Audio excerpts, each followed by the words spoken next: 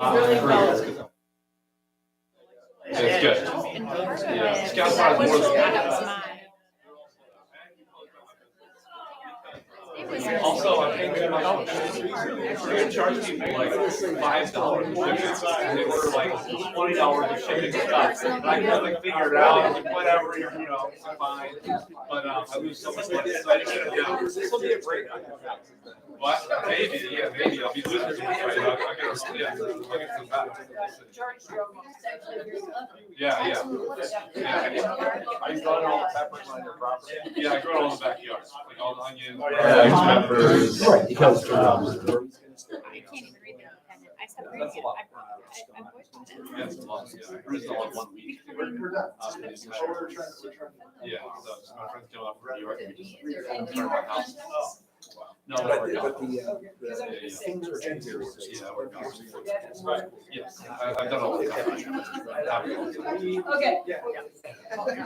Because this is the All right, first people. time. Who are we? So even your newspaper.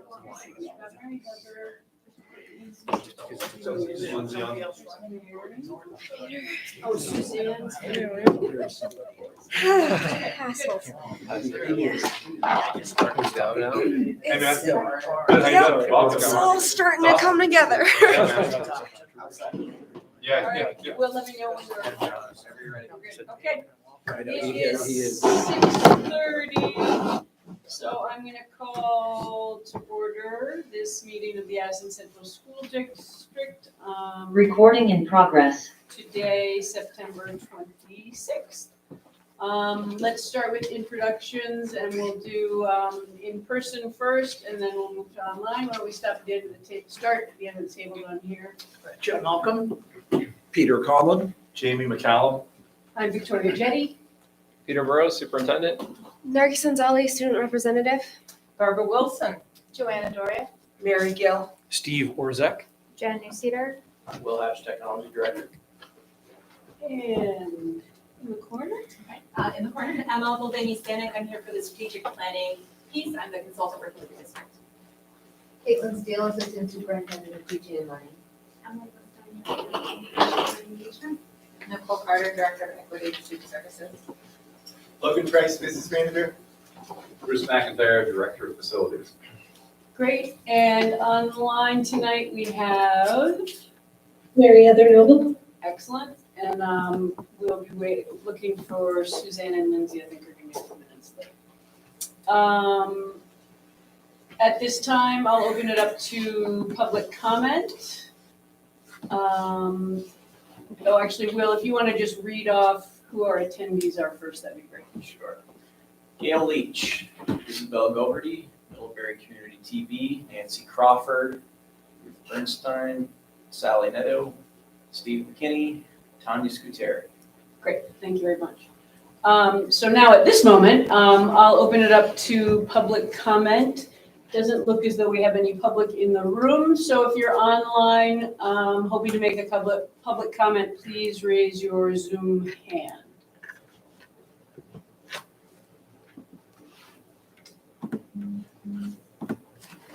All right, not seeing any Zoom hands. Let's move on to a recommendation to approve the minutes from September 12th.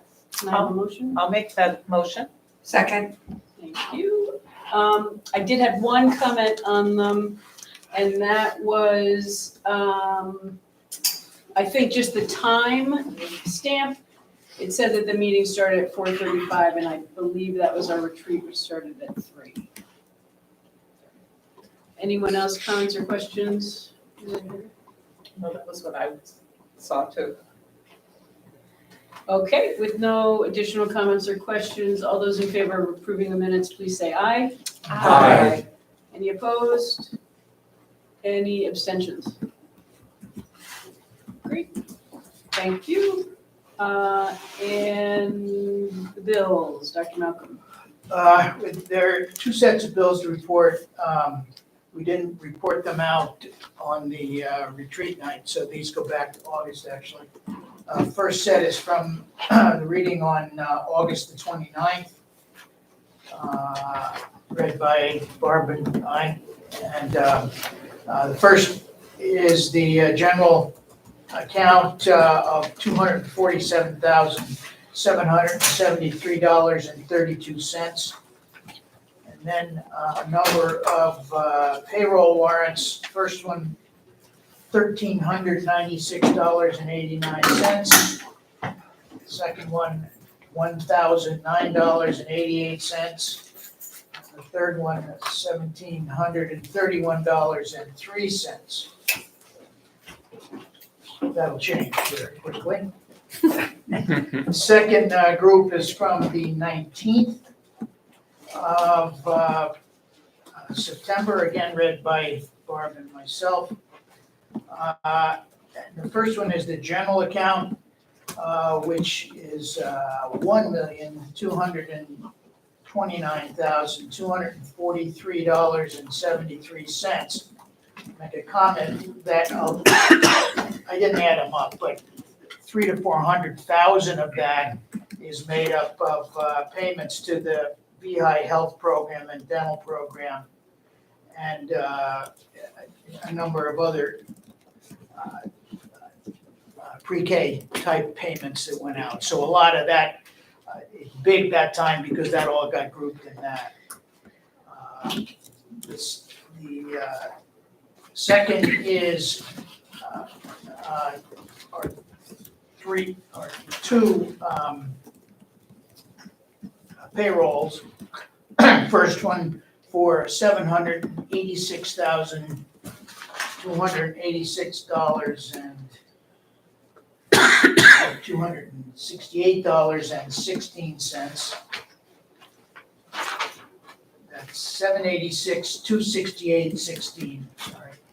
And the second one is $137,842.63. There were no issues with the bills. I make a motion that we approve those bills. And I'll second. Okay, thank you. Thank you. Any questions or comments from the finance team? Nope. All right, all those in favor of approving the bills, please say aye. Aye. Any opposed? Any abstentions? Great, the bills can be paid. So you'll see the agenda is not in its usual format. We're going to move right into our work with Emma to be efficient with her time, and then we'll get on. We'll go back to get back to the appraisal board, etc. Let's see, Chip, Jamie, Peter, Lindsay, and I met with Emma last week and had really good conversation. I think we moved the ball forward a little bit, and that is what Emma's gonna help us continue to do tonight. So I'll hand it over to you, unless you have any additional. I don't. I think a lot of work has happened from the retreat to today, and I think it's the next step in the process. So excited to engage. Okay. Hello, everyone. Again, it's been really actually only 2 weeks or so since I was in the room with all of you, and I just want to also just acknowledge for the student representative, I want to make sure we are catching you up where their board was on the retreat and then this working group. So, and for the folks at home, of course, too, about what the process has been to date. So on, COVID has removed the calendar from my brain. So about 2 weeks ago, the board had a several-hour retreat to hear the recommendations from a community advisory committee that had been meeting since last December to really put a community first approach to really building a strategic plan that was responsive to your full school community. So that were students, community members, parents and families, staff, folks from your central office. And they did a lot of really generative work looking at a few different surveys that went out. They looked at holding community conversations with parts of the families and at various schools with student organizations. and generated a lot of information and a lot of discussion. They created a very, I thought, robust report for you all to consider that included some recommendations in 5 core areas. They also worked on defining equity so that from their viewpoint and their perspectives, what they thought the district should consider when trying to really get clear on what an equity-informed strategic plan should consider.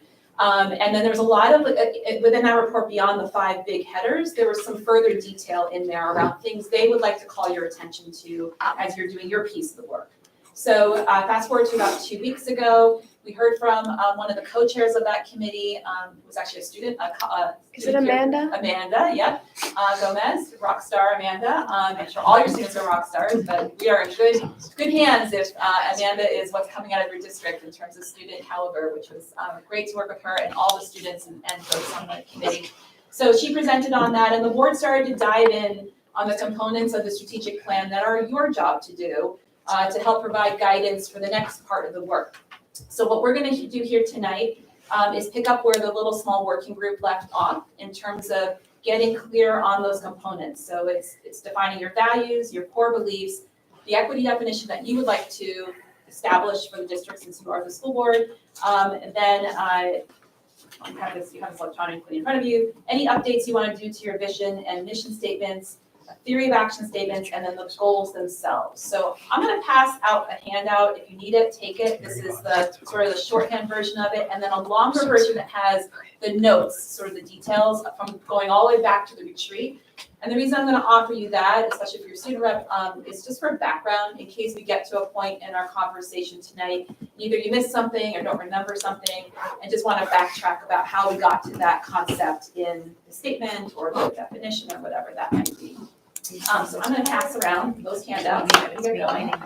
And just a little bit on the working group last week. So thank you to all of you who raised your hand bravely to do that extra work. It was very helpful.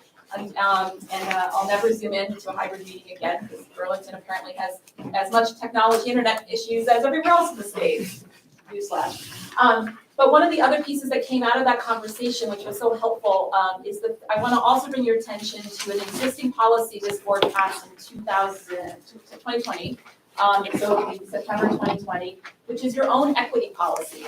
So that was actually quite helpful when we were thinking about the equity definition and what pieces, I think Jamie brought that up. And so I know you can access it electronically, but I also printed that out because there's some components in there.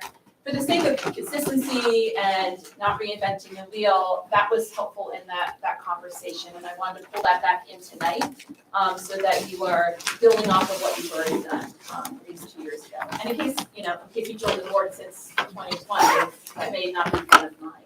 It was a great read, actually, because you've already stated your commitment to equity and your intention to include it in all that you do. So we are on the right track. Does that make sense so far? Are there any questions about where we've been before we pick up right where we left off? Hi, thank you. So our working group that worked so hard on this, did they realize we had a policy? Did that ever come up as part of the early work that we already had a policy on equity? I won't speak for the board, I'll say for the advisory committee. Yeah, that's what I. Oh, that's what you meant, okay. Yeah, sorry.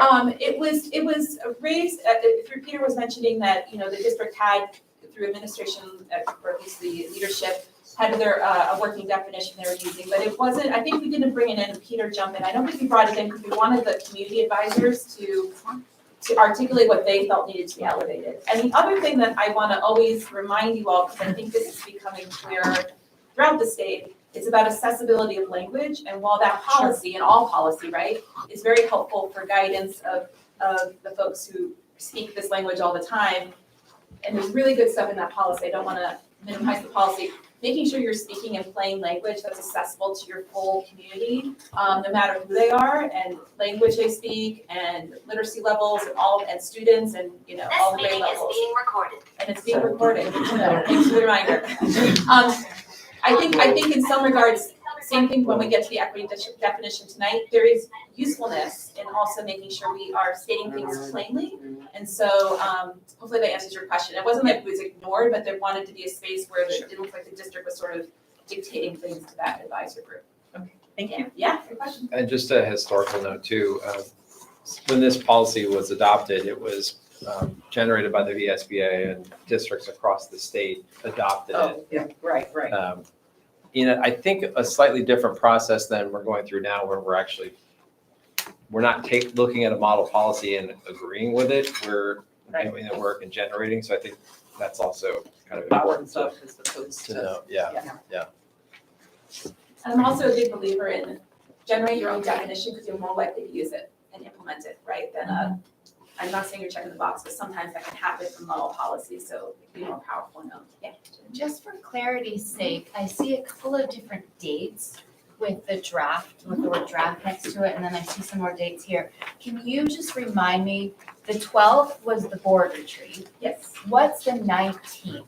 So just to be clear, the 12th, so the 19th was my best attempt at generating some sentences around what you all generated on the board retreat and the 12th. 'Cause you might remember we had all this chart paper up and was, doing stuff on the whiteboard.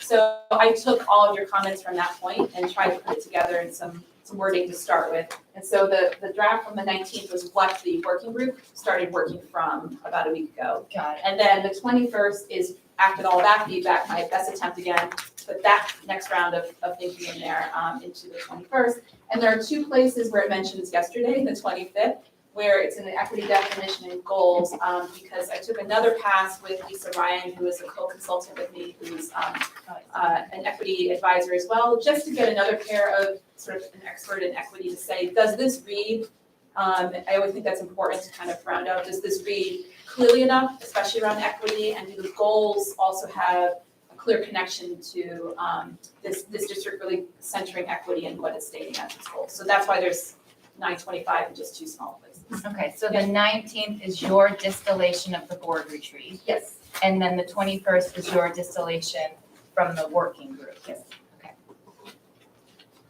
And good segue to say, this is your body of work, so that's what we're going to be working on tonight, to make sure that concepts are clear, and that if there's anything missing or not quite right, that we identify what that is tonight. So that is what we're headed into now, is I'm gonna walk you through, I'm gonna be the timekeeper so that we're leaving enough time to really dive into the stuff that's meatier, and not being cursory, but be a little briefer on stuff like the values words are not something we're gonna spend an hour on, for example. But what I'm gonna ask you to do, and you'll see them behind you in my not so technical, high-tech questions on the board, which I'll read aloud, is to ask yourself these three questions. We'll pause on each one. What is still missing or not quite right in that component of the strategic plan? And again, encouraging you to think about concepts, not wordsmithing, please, and thank you. Second is it clear and concise enough? So are there ways that we can make it clearer, combine anything if needed to trim it down? Maybe not. And the third is, when you read it, does it clearly connect to your commitment to equity? Based on the definition and also based on that C29 policy that you've had on the books for a couple of years already. So those will be the three questions I'll keep asking as we go through each of these. Okay? Yes, Lindsay?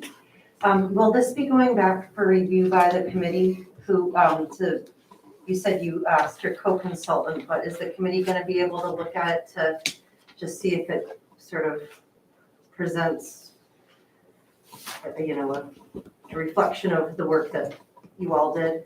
I think probably tonight, I was talking a little bit with Victoria, I think tonight will be one more generative session. We'll get people's input again. And then depending how many edits need to happen, we can convene that working group again. I don't want to dictate people's schedules before October 10th school board meeting, where hopefully a final version comes to you for a final decision. We don't want to rush this though, so we'll take the time we need to make sure this feels right. Okay. Are we ready? Oh, okay, yes, Barbara, yeah. Yeah, sorry. Is there another copy of that? I had printed what Victoria sent, but I don't see any reference to the dates that you put in today. Well, there's only in two sections. It's in the definition section. There's only two parts I asked Lisa. So this is different, okay. Yep, there's only two sections.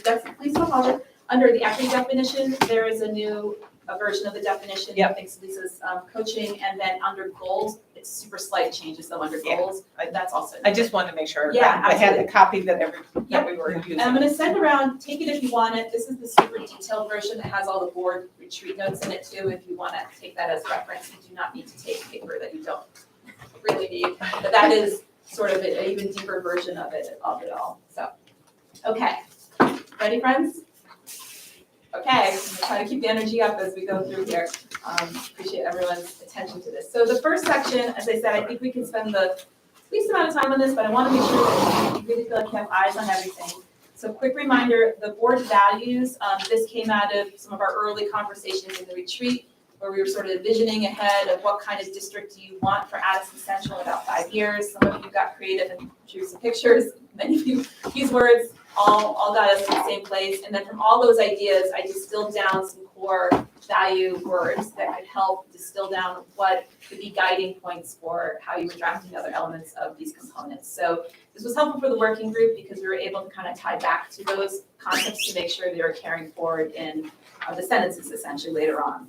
So I'll pause for a minute, let you read those dozen or so words, and you can just, I'll ask you those quick questions on this one to see if there's more we need to do here. So I'll pause for a minute.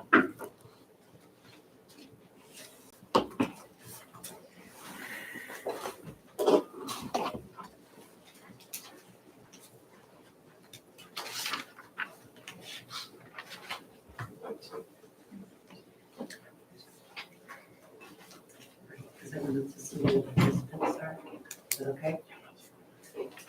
I just did it so I can like to them. Sense of belonging is certainly an important one.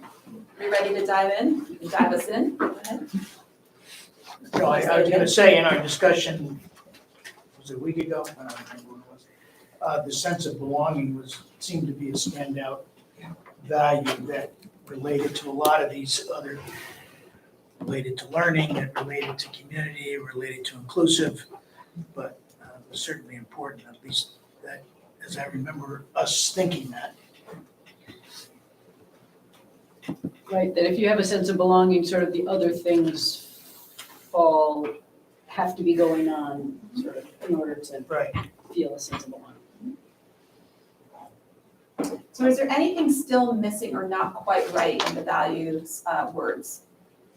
And if so, what are they? Yes, I'm thinking of the word involvement and involved, connected by participation or association. It just like in addition to inclusive, involved, like actively participating. So involvement and or active participation? Yeah, Did I get that right? thinking from like a student lens. How is that different than engagement?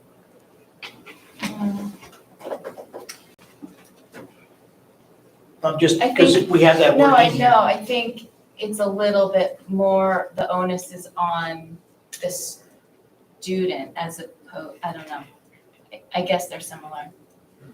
We're trying to make it simple, that's why I'm asking, because I don't disagree with you, but I think the term involvement, I really like that because it's more at a level that the community would understand. And to me, involvement rather than engagement. I think engagement's a wonderful word, but I think it's more, I just don't feel like the average, when I think about who's reading this, and I'm looking at the entire community, I think involvement would be more understood by people.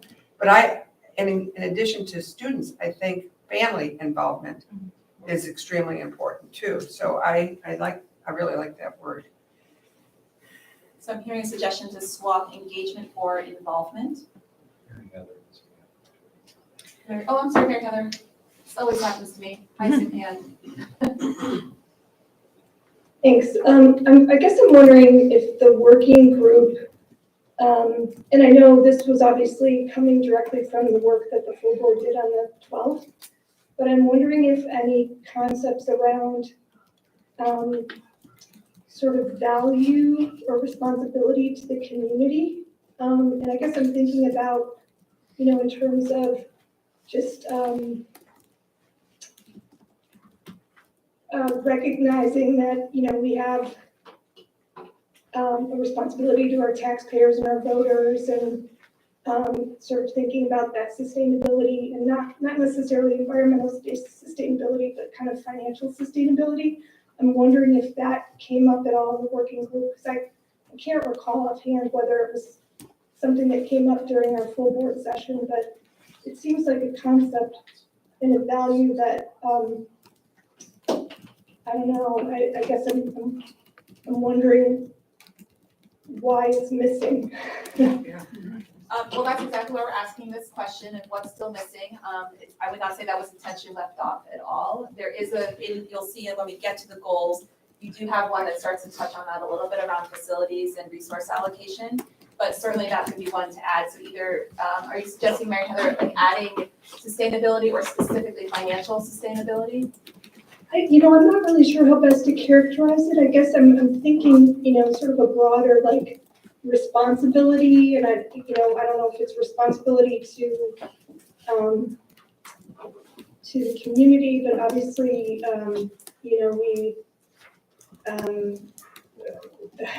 we have to be mindful of that as well. And so I guess I'm a little bit troubled that would be omitted from the list of values that we hold as a board. And just want to super emphasize, there was nothing intentionally left out of any of these sections, so this is why we're doing another pass, so this is exactly why. So I'll add to the next draft that perhaps the working group will continue to work on. So considering swapping, putting in involvement, maybe a swap for engagement, some version of responsibility, and maybe some version of financial sustainability to make sure those concepts are tied throughout. Yes, Jennifer? Yeah, so hearing some of that, I feel like with the sustainability, we talked about being environmentally sustainable as well to the best of our ability within our financial resources. So I think a broader sustainability as opposed to financial or environmental, but in general, we try to, be able to sustain the district. And I actually think that involvement and engagement are a little different. I feel like you can be actively engaged kind of mentally and kind of, students can be in the class and be actively engaged even if they're not physically doing something, where I feel like involvement sort of implying that they're, participating in, a physical, activity. Where involvement, if we're talking more about like the community being involved, and I feel like that's where part of our retreat commentary was coming from, then involvement, I see that as a different category, and I'd rather it not replace the engagement, that I would like to focus on the students being engaged in their learning. Great, thanks, Jennifer. Any other burning topics? We have more to go. And some of this starts to get touched on in other parts of the document. Are there any other clear concepts that are missing in the values list right now? And I also want to ask you to think about, are there concepts of equity? I mean, equity, the word itself is of course listed there, but does it strike the right notes for saying that this is an equity forward plan? Because we want to make sure that's clear in all the components as we go. Barbara? Yeah, I'm just kind of reflecting on kind of the sustainability. When I'm looking at equity, I'm looking at it really with a different lens, and I'm wondering, that could be part of our mission, the sustainability, but does it really belong in equity? It's, I'm sitting here thinking, it feels like it's out of place, this sustainability, that maybe it needs to be part of the mission, but not necessarily our definition of equity. Equity to me is like, how we're going to treat students and our families and community, that kind of thing. And I don't want to make this so big with everything like the kitchen sink in it, so then it maybe loses some of its power. Right. So I would encourage Barbara to wait and when we get to the equity definition, that's where we want to be very honed in on equity. These values are actually just statements to guide all that you do in this whole entire plan. So it is okay to have, sustainability often shows up in value words to guide strategic plans. And you can take it in multiple directions, of course, financial, people, all the resources that you will hopefully steward. Okay. I'm gonna move us on. I don't think you all want to be here until midnight, so with love, I always do that in terms of my timekeeping. Okay, so we're going to move on to core beliefs, and again, know that this is going to go through another pass, and you will see it again on the 10th. So if you think of things in the time being, please write them down, and I can certainly incorporate that. So for core beliefs, a reminder: these are sort of how you will behave, building off of these value words that you've identified above. So I'm going to again just give you a minute to pause and reacquaint yourself with them. The questions again are going to be, is anything missing? Is this clear and concise enough? I actually was reading this again earlier, and there might be a couple places you can combine them and not have 8, maybe you can have a shorter list here. And again, does this clearly connect to equity when you read it?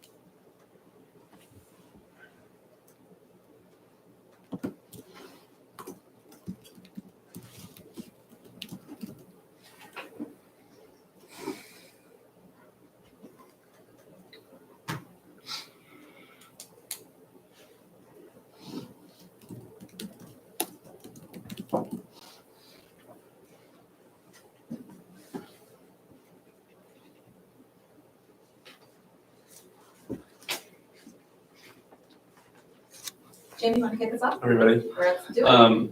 I think I maybe said this before, or maybe it was in a different section, but the one word that does not appear in these beliefs, I think, is schools, plural, like school board does and school community does and blah, blah, blah. But I feel like we do value every student in our district, and I feel like we should also value their school. Like, I feel like students are part of institutions and schools. And so I feel like somewhere in our core beliefs, supporting those institutions should come up. I'm not saying it doesn't in some way, but I feel like stating explicitly would be important.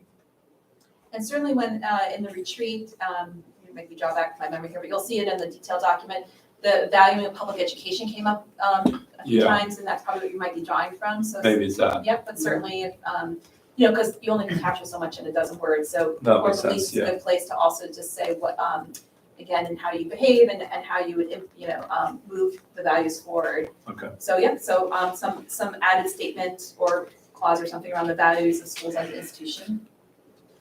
Okay, it's Chip. Yeah, sorry, yeah. I think 4 and 6 are not the same, but they could be combined in a way that says what we're saying. All members of the community should feel safe. I guess I don't know what that means. All members of the community should feel safe in our schools, I guess, but the fact that we value them, if you see what I mean, I don't know, I don't know how it worded, but that struck me that it could probably be combined in a way that said the same thing, or said, expanded the same things. Yeah, and, you know, just kind of adding on that, you know, it's one thing for us to say we value, but it's another thing for the community to feel safe. So I think if we combine them, we have to keep those two concepts, to, you know, because I may feel I value you, I can't say the word, valuing you, but you may not feel that, right? So it may not be coming across as much as I thought it was, right? So I don't want to lose track of that. And of course, safety can be interpreted in a couple different ways, and this also came up in the retreat, right? Right. There is the sad reality, we're living in times where physical safety Yes. is a real thing Yeah. in buildings in terms of physical safety. As is safety just on how people engage with each other around safe learning environments, safe working environments. It can be taken a lot of ways, and we're not gonna go into hyper definition detail in these core beliefs, but we wanna leave it open to people be able to connect the dots, that there's an intentionality behind it. Right, that's kind of where I was thinking. Victoria? I thought that maybe 2 and 3 might be able to be combined. Every student has the ability to learn to be successful and should have the opportunity to learn and grow within our district and meet their individual needs. That would work. And then I thought that 6 and 7 seemed like maybe they could be combined.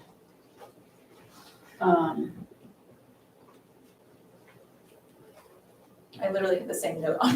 Like, I actually combined them on mine as well. Yeah. Yeah, and Okay. I sort of did too, but then I talked about 4, it was too much. Yeah, got it, okay, no, that's helpful. It means I'm starting to pick up what y'all are laying out, so that's good, okay.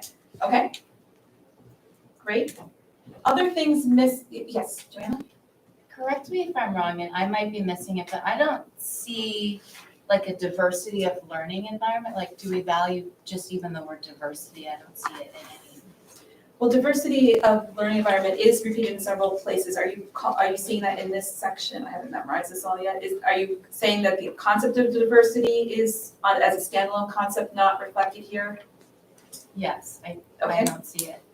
Well, well, tell me more, because number 1 is, I believe, an attempt to go in that direction of being specific on identities which provide diversity, but maybe you're I'm just looking talking for about diversity of learning diversity experiences. and learning experiences. Okay. That is, I have to say, that is repeated in multiple places in other sections, but maybe we need to bring it in to core beliefs as well, especially as maybe in the learning concept or 2, which will maybe be like the brand new number 2 that was 2 and 3. Yeah, I was gonna say, that's, if you're talking about like learning styles, is that what you're, like diverse learning? No, just there's a value in creating Oh, diverse sorry. learning environments. Didn't know you wanted that. Maybe like Not approaches, necessarily. approaches to education or something. That's definitely another There's section, benefits. so we should bring it in more clearly into Yeah, core beliefs and I- consistent. Yeah. Okay. I wrote that phrase many times, that's why I'm like, why is it not here? I need it in many other sections, great, thank you. Lindsay? Um, Oh, and, yeah. should I? You next, Mary Heather. The combining, yeah, I saw like 2 and 3, 4 and 5, and 6 and 7. Because they read a bit repetitive, and like 6 and 7 both have the word safe in them. And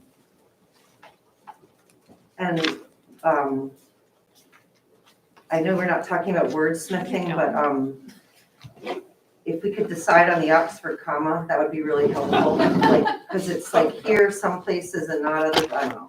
Yeah. So one concept that I don't really read within it is, as a core belief, is actually valuing like learning, education, curriculum. This is talking about like valuing individuals and, you know, people and abilities and stuff, but I don't really see like where we value the actual like learning process or knowledge acquisition or. That's true. Cool. That's a good point. Whoops. The actual learning. Like the actual learning. Yeah. Like, we value reading and writing and arithmetic, like, That's it, that's all we value. No, and friendship. we learn and grow, learn and be successful, learn and engage. Yep. Yeah. So this is exactly why we're doing this, because we want each thing to build upon it, so you have learning up in the values words, right? And learning, believe me, is elsewhere in there, but it isn't probably as, Yeah. it could be in core beliefs, I mean, absolutely. Yeah, Part yeah, learning three, and, part 3, I totally agree with you, but part 3 is kind of that. Every student has the ability to learn and be successful. yeah. It's, But it's true. okay. But it's, Student- yeah, okay. you're right, exactly. I think that's one that should be in every section, and every, you know, like we Yeah, have learning and education and the values. Yep.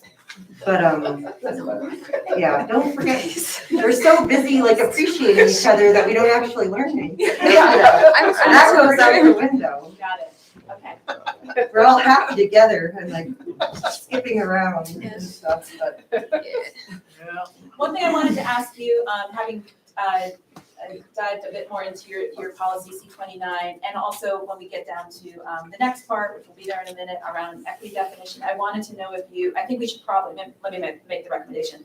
When you list identities and are being intentional, that it's the same list, because if you're reading word by word, number 1 doesn't line up yet with how the equity definition got, at least as of last night. So I don't think anyone would debate that, but that's on my mind, as well as a final go through of all the grammar and commas and stuff like that. So that was the final text. Mary Heather, thank you for your patience.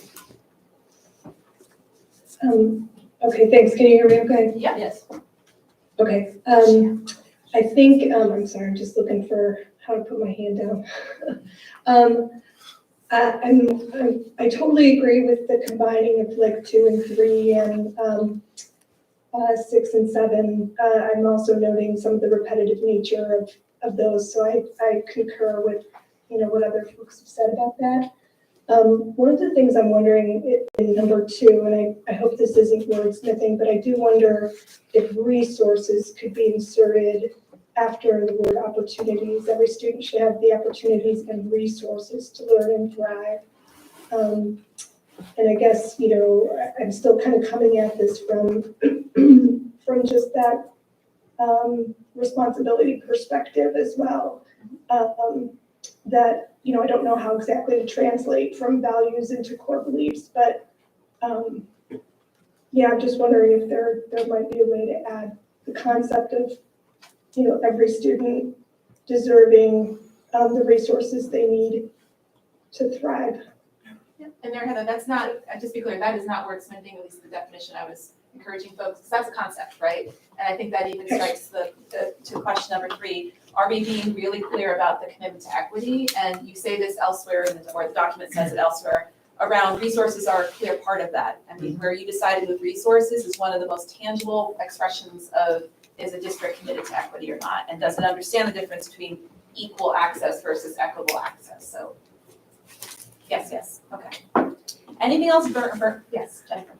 I'm a little confused. I've just never heard, in number 1, I've never heard, and this is not my field. So this could be the way that we're supposed to say things. But to talk about students' multiple identities, it hit me wrong the first time and it keeps hitting me wrong. And I think I know what it means. I think it means that like you can identify, as a race and as, with a religion and, gender. And so I think I understand that if that's what the concept is. I'm just wondering, is that the right word? I mean, in the field, is that the right word that we use, or is that going to confuse people? The phrasing multiple identities? Right. So I would say like in the equity world, there's a lot of use of intersectionality, but that's a huge word. Yeah. And the attempt here is the final pass will be maybe more committed to concise and clear and simple language. It's trying to present that idea that we all hold multiple identities, regardless of what they might be, and that creates complexity, that creates diversity. That is a thing when we get later into the equity definition. It's a thing at least the working committee group wanted to really emphasize as a thing to celebrate and state with intentionality. So that is my best attempt to not use unnecessarily large words. Yeah. And so my only concern is it sort of gets, in my mind, I feel like it could be confused with like multiple personalities and sort of, and maybe not. That's the only term I've ever heard with multiple. And I'm just concerned that it might be misleading to some people who may not fully understand the definition. And so I'm just wondering if multiple is the right thing, or if it's like varied or whatever, another word that might be a synonym, unless that's like the subscribed word that we're supposed to use. Michelle, let's do on that. Yeah, thank you. Yeah, I'm gonna give Mary the last comment. Okay, I also was looking at that long list of identities. And there's so many identities, you can't include them all. Yep. So is there some way we can, in a more general term, use these terms? I just feel like it's too many words to describe it. Somebody's gonna feel left out, right? It's the list debate, yeah. Sure, so we discussed the issue of a list. Yeah. And at first many of us were against long lists. They felt that every student kind of covered it. Yeah. But I think with Emma's help, we came down more on the idea of being more intentional about what we mean by creating a list. Because when I just see there's so many different identities in school that have nothing to do with maybe gender or color, but it may have to do with the shape of their body, the type of, whether they're an athlete or not, whether they dress in a certain way, or so there's so many varieties of ways the kids discriminate against each other. It could be just the fact that they smell like smoke when they come in the building. kids separate themselves. So I'm worried about the length of the list, if there's more general term. But I understand the debate over it, but Don't we normally deal with lists like that say, you use a phrase like, this includes but is not limited to?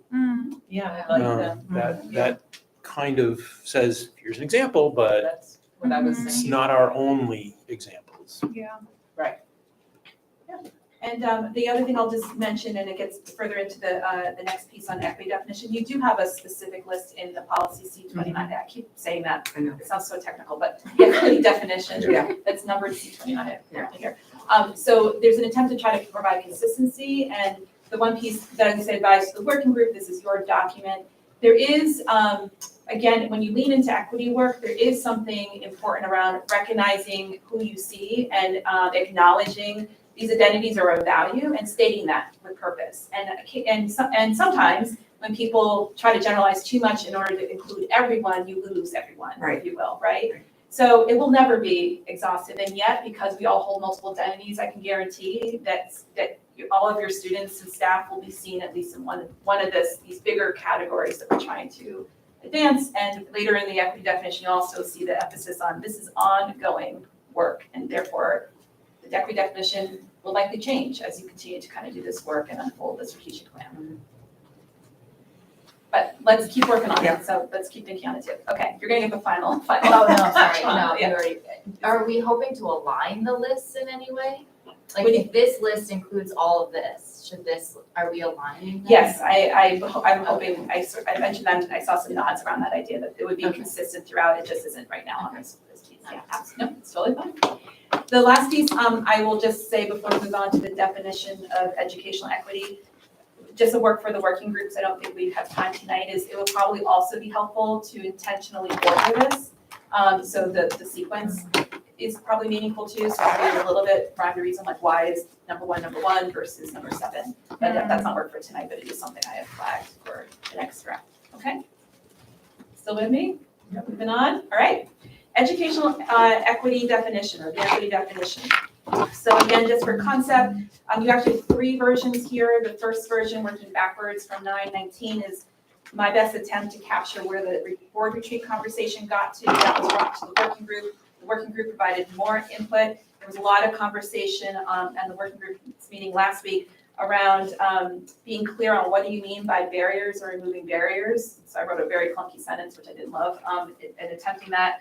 As I mentioned, the aligning or bringing into the conversation your existing 2020 policy was brought up. So, and there was also some discussion around trying to just make it all a little bit more concise. So I brought this, as I said, to Lisa Ryan, and we talked about it yesterday. And with looking at your C29 policy a bit more, it felt like there was a sentence in there that I stole a little bit from that really did a better job of trying to talk about barriers, because it mentions systems. It's number which it's like basically the last 2 sentences come a lot from your equity policy.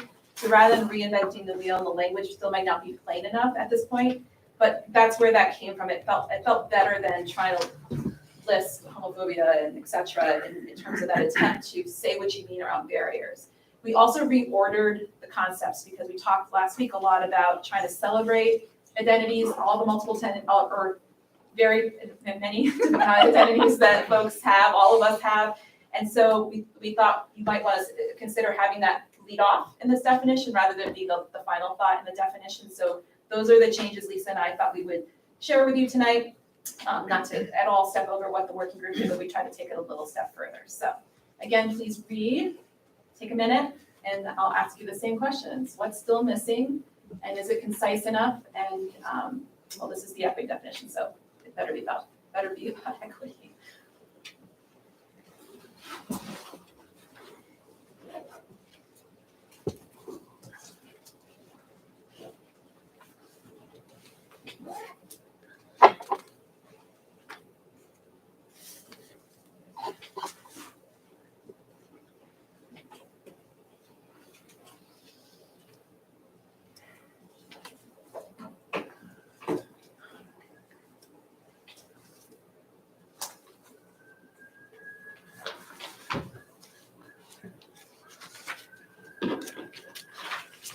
So I'm just doing kind of a compare with our policy and looking at it. And in our policy, we talk about, towards the end of the first bullet, culturally responsive curriculum, programs, teachers, administrators, extracurricular activities. And we don't really identify that at all in our equity definition in general. And I'm wondering, is that something that we should continue to highlight? It seems to be a gap between what we have today and what we've created. Barbara, can you mention where in the policy? Yeah, if you look at C29 and the first bullet under equity. Under the definition? Under the definition, yeah. And it's kind of the middle of that first bullet, it says equity means that every school provides and every student has access to high quality, universally designed, culturally responsive curriculum, programs, teachers and administrators, extracurricular activities, and support services to meet the needs of each student. So do you have just adding those concepts and or sentence into? As maybe a starting place, I mean, it makes it kind of wordy, but that concept doesn't jump out at me in our current draft. Around the learning, essentially, not to minimize it, but like the learning concept. Yes, Yeah. thank you. Can you pronounce your first name for me so I say it correctly? Nargis. Nargis? Yeah. Yes, Nargis. I was just looking at the first sentence, and I don't know if the list again is necessary, or it feels like educational equity means every student can access educational success. So every student includes literally every single student, and I feel like that. I don't know. It feels like, I guess it's the debate we were talking about earlier, where to list or not to list, but it feels. Again, like every student was already very inclusive, so the list might not be necessary. One piece of homework, I'm gonna assign you as your consultant in the partnership here. So I'd love everyone to think on that because it's come up now multiple times and I want you all to intentionally make that decision next week. And Mary Heather, I see your hand up as well. Not next week, sorry, October 10th, to really come with a clear opinion about how you want to land on this, and knowing that, and you can always update your policy, but where you've been at least in 2020, and where your advisory committee was leaning more towards some sort of list. But this is your work, so that would be great if you all could do some thinking on that question, because that would provide some clarity for everyone as you go forward. I think I saw a hand, Chip, was it you? Chip and then Mary Heather and then over. Yeah, in the definitions on the equity policy, the very first sentence says each student receives the resources and educational opportunities needed to learn and thrive.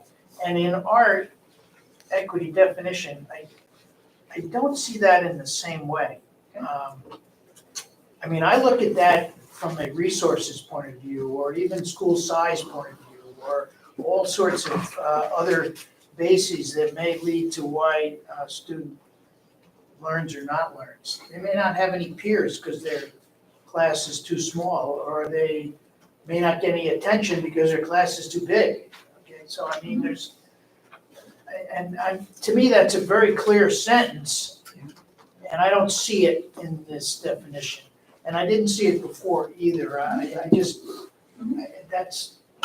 It's important to me anyway. I mean, the other stuff is too, but that's, to me, it's really. One piece that I also had a note on just my side, because you remember all this work that we're attempting to do here is to provide the framework, the guidelines for your action, these teams to work on the details underneath your goals and knowing where you want them to head in terms of like the big roadmap, right?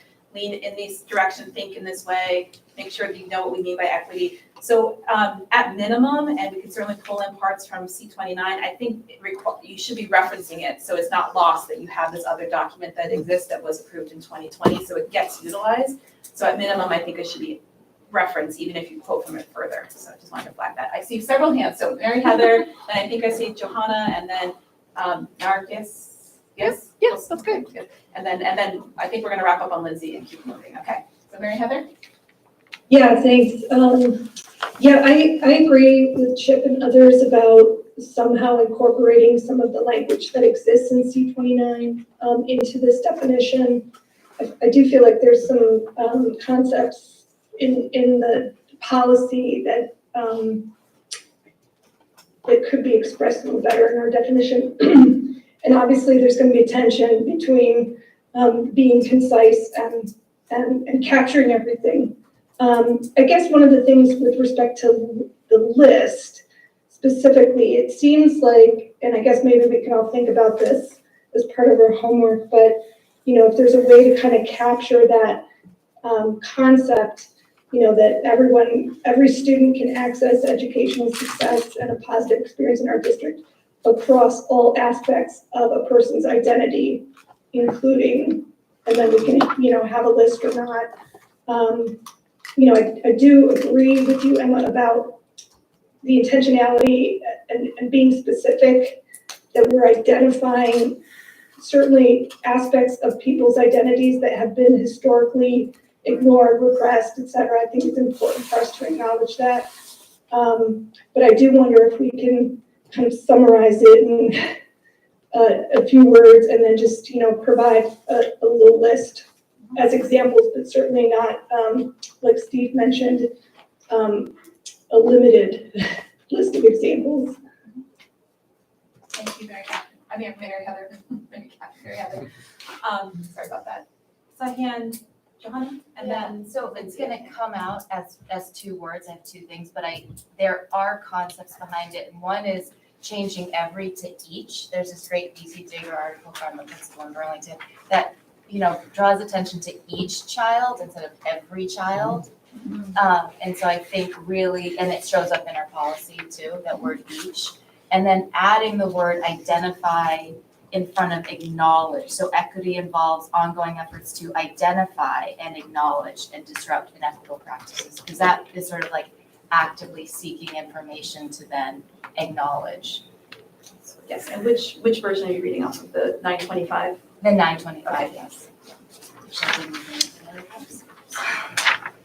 Thank you. And Lindsay, oh, no. I was going to comment on educational equity means every student can access. I was wondering if there might be a different verb there, because access, I guess at least to me feels like this it's a responsibility on the student's part. But I like the kind of language that every school provides. So that I feel like phrasing it that way might be a little more like that's the school's, it's their responsibility to also not only make have those resources, but to reach out to students to involve them in those resources. So. Thank you. Lindsay? Several people have referenced the C29 policy and mentioning pulling things from that into our equity definition, but to me, it seems like there was probably a lot of work that went into this equity policy, and I would like to see it done the opposite way, where we take this equity definition that's in our draft and we pull things from that into, we use the equity policy as a basis, because really a lot is lost. I know we're trying to simplify things, but if we look at the equity definition, draft 925, so much is missing. I think some of the wording is really nice in the 925 draft, but I wonder, there's a tension between the two, and I don't know, like, can we even try to in a strategic plan, can we replace a policy with just, saying this is our definition of equity when we already have an equity definition? So I guess like the secondary comment is, are we going to have to revise our equity policy before we move forward? And actually, if we're going to change the equity definition, should we actually build that into the timeline of revising the equity policy so that we're not kind of working against ourselves and the historic, like, agreement of what, I wasn't on the board when this was created, but, you know. Sure. I would say, so two things. One is the intention here is not to necessarily, I don't see any concepts being a major conflict with your existing policy. This isn't an attempt to rewrite your policy. That might be an outgrowth within your strategic plan, that the part of the board's work for the next 5 years is to review all your policies with an equity lens. But I understand that this was a model policy 2 years ago that, like, it sounds like all school boards were sort of considering at the time. I think at minimum be connected to by referencing it. And the definition here, is more about the intention of, my whole thing about trying to offer you a guidance to make it as concise as possible is that this is going to be used by multiple teams of folks who are staff and community and students to really give detail to your goals. So we want to give them something workable, and we also want to give your communications director, Emily, something that can be communicated with the public that is also easy to digest. So again, I'm all about the big words. I swim in them all the time, and I'm often reminded that policies in and of themselves can be a barrier for people to understand what in the world y'all mean, right? So I'm wondering if we can, again, homework, think about how to hold both so that you are providing all aspects of your district, the ability to kind of advance equity and have the core concepts reflected in a short version definition as well as your equity policy. So I'm gonna have you hold that question, all of you, for the 10th to figure out, how do you hold both so that you are clear with your folks, okay? You're gonna get the final word, James. I just so sneak one, it's okay, amazing. great. No pressure. Thank you, no pressure. So the tension I see between these two, the C29 and this one, is that the policy one reads like an actionable thing, like every school provides this, like it's something that we will do. And this is more conceptual.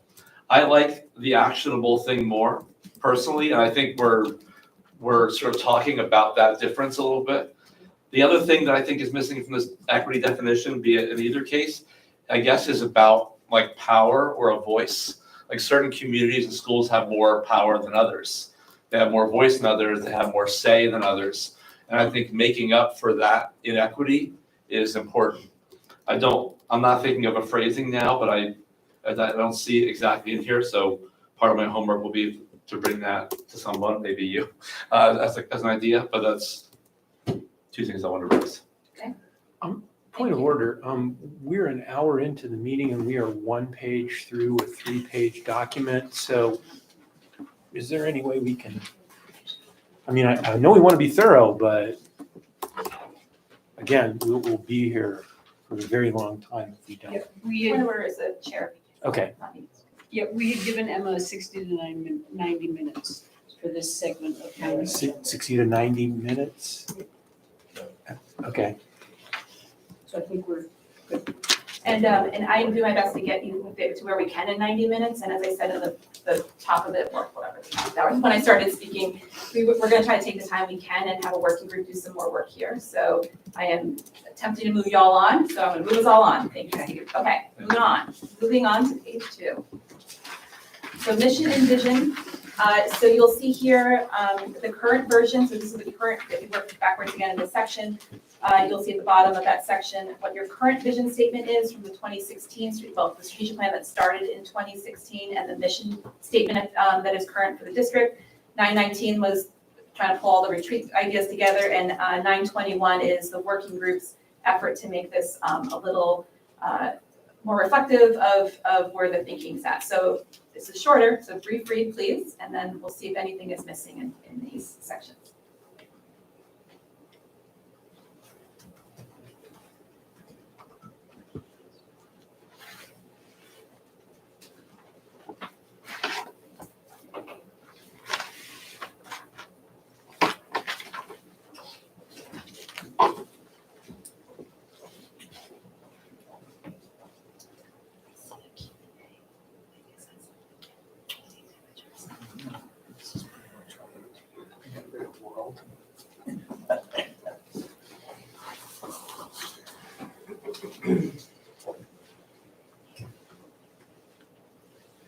Anyone want to kick us off?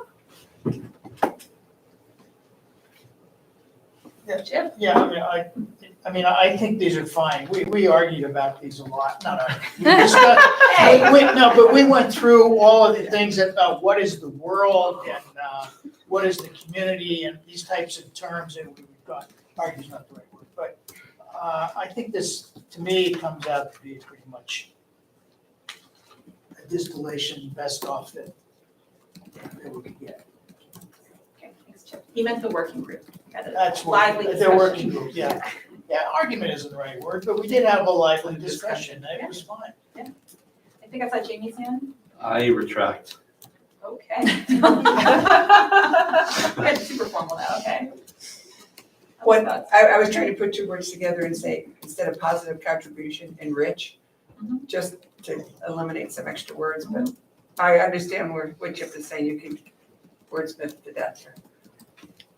Means the same thing. I think that came from like, the contribution can be negative too. Like Well, super, yeah, so Yes. you can contribute Went like there. burn Yeah, down buildings, yeah, you're take still that, contributing. Make contributions to our community as the worst outlaw. Yeah. I throw trash on the road all the time. I'm contributing to my community. She doesn't mean that, for the record. I don't actually do that. So is there any major concept missing here that Mary Heather, yeah? That's still on You're mute. muted. You're mute. Sorry. I was just noticing, just in the notes, the discussion that you all had about the concept of rigorous education. And I guess I do want to make sure that we're not losing quality as an important element of our mission. I think supportive, inclusive, diverse learning environments and, that recognizes If you read the 925 mission, it says we basically substituted high quality for rigorous. Right. You did, okay. That was an interesting discussion actually on rigorous, and I forget who brought it up. Was it Emily? Emily. About how it can be used, not in the way that all of us would be thinking of it necessarily. And it's something that sort of Could be intimidating. Right, could too be stressful. intimidating in a way, yeah. I thought that was I hadn't thought of that before, but that's why we have these discussions. So I'm sorry, I'm not seeing where you guys put in high quality. It's under the mission statement, so our mission is to provide high quality, equitable, and varied learning environments, et cetera. Oh, I'm looking at, I'm sorry, I don't have the handouts that you all have. I'm looking at what Victoria sent. Oh, it's not on there? It's under next draft 921.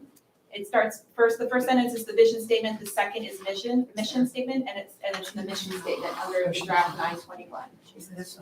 Okay. It's on page 2 towards the top. It's in the meeting She pack. has what, Does she have the, are you looking at the super detailed version? What I- Yes. when I printed out what Victoria sent us, that's why I asked you for another Yeah. copy. I don't think she has what we're looking I at. don't think it's the same. Now, if you look in your board pack, I don't Board have, pack I has have it, the same yeah. thing that Mary Heather has, and I'm just saying what you're talking Where'd you about. come from? Yeah, so I guess I'm not seeing your latest and greatest mission and vision, but I guess I want to make sure that some essence of quality is captured. Yeah, it's very I would short, hate Mary to Heather, see. so let me just read That it. it is in board pack, It's in Mary board Heather. pack, I'm Mary looking Heather. right now. So if you look at, not the one that you got emailed from Victoria, but what's in board pack, that high Okay. quality is definitely in there. Or on the website. Or on the pack on the website, meeting Or materials. on the website for other folks. Thanks for flagging that though, Mary Heather. Okay, Thank you. you got it. I just had a wonder about the vision statement, just thinking about full learning potential, a sense of belonging in our schools, and a positive contribution to our community. It feels like it may be missing where we want students, our vision for what we want students to be prepared to do. So the vision comes back to our community, and for a lot of our students, it's preparing them for the world that they're entering into in terms of like an end goal. So that was just one kind of wonder I had.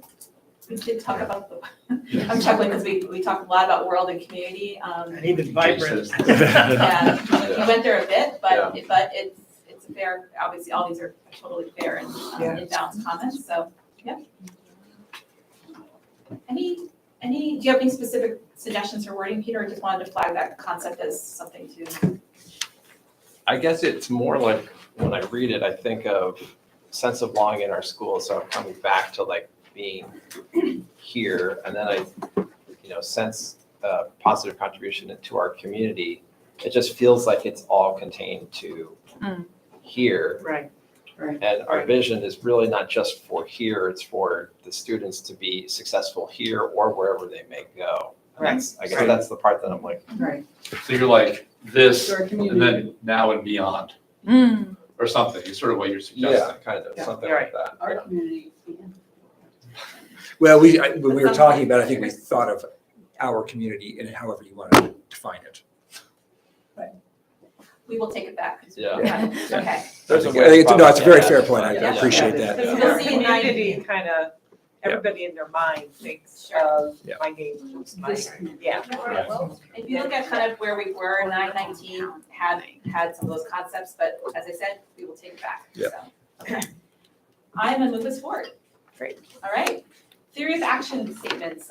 So theory of action statements, again, this is probably a new thing, as folks might recall. This is an attempt to provide you directive sentences, basically, that you can really use throughout the life of the strategic plan when you're making decisions, to know that these are things you're going to test, that you can really say, we have this belief and this action statement. For example, if students are provided instruction that builds on their experiences, then they will demonstrate excitement to learn, grow, and succeed. So the idea being, this is an added component that can be really directional in beyond like a sort of these goal statements, something that can really help say more of what you mean, provide some more definition.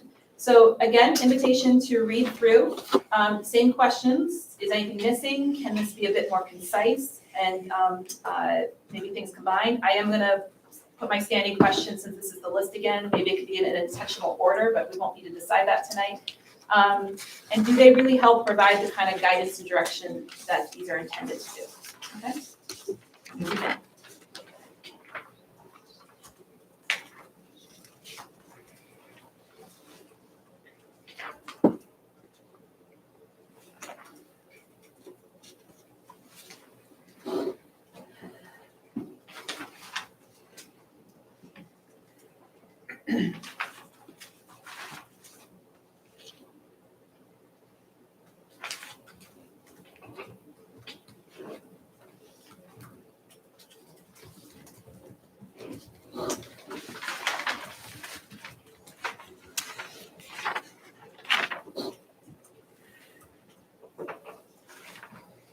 Just so folks know, there's 2 more that go on to page 3, so there's 7 total.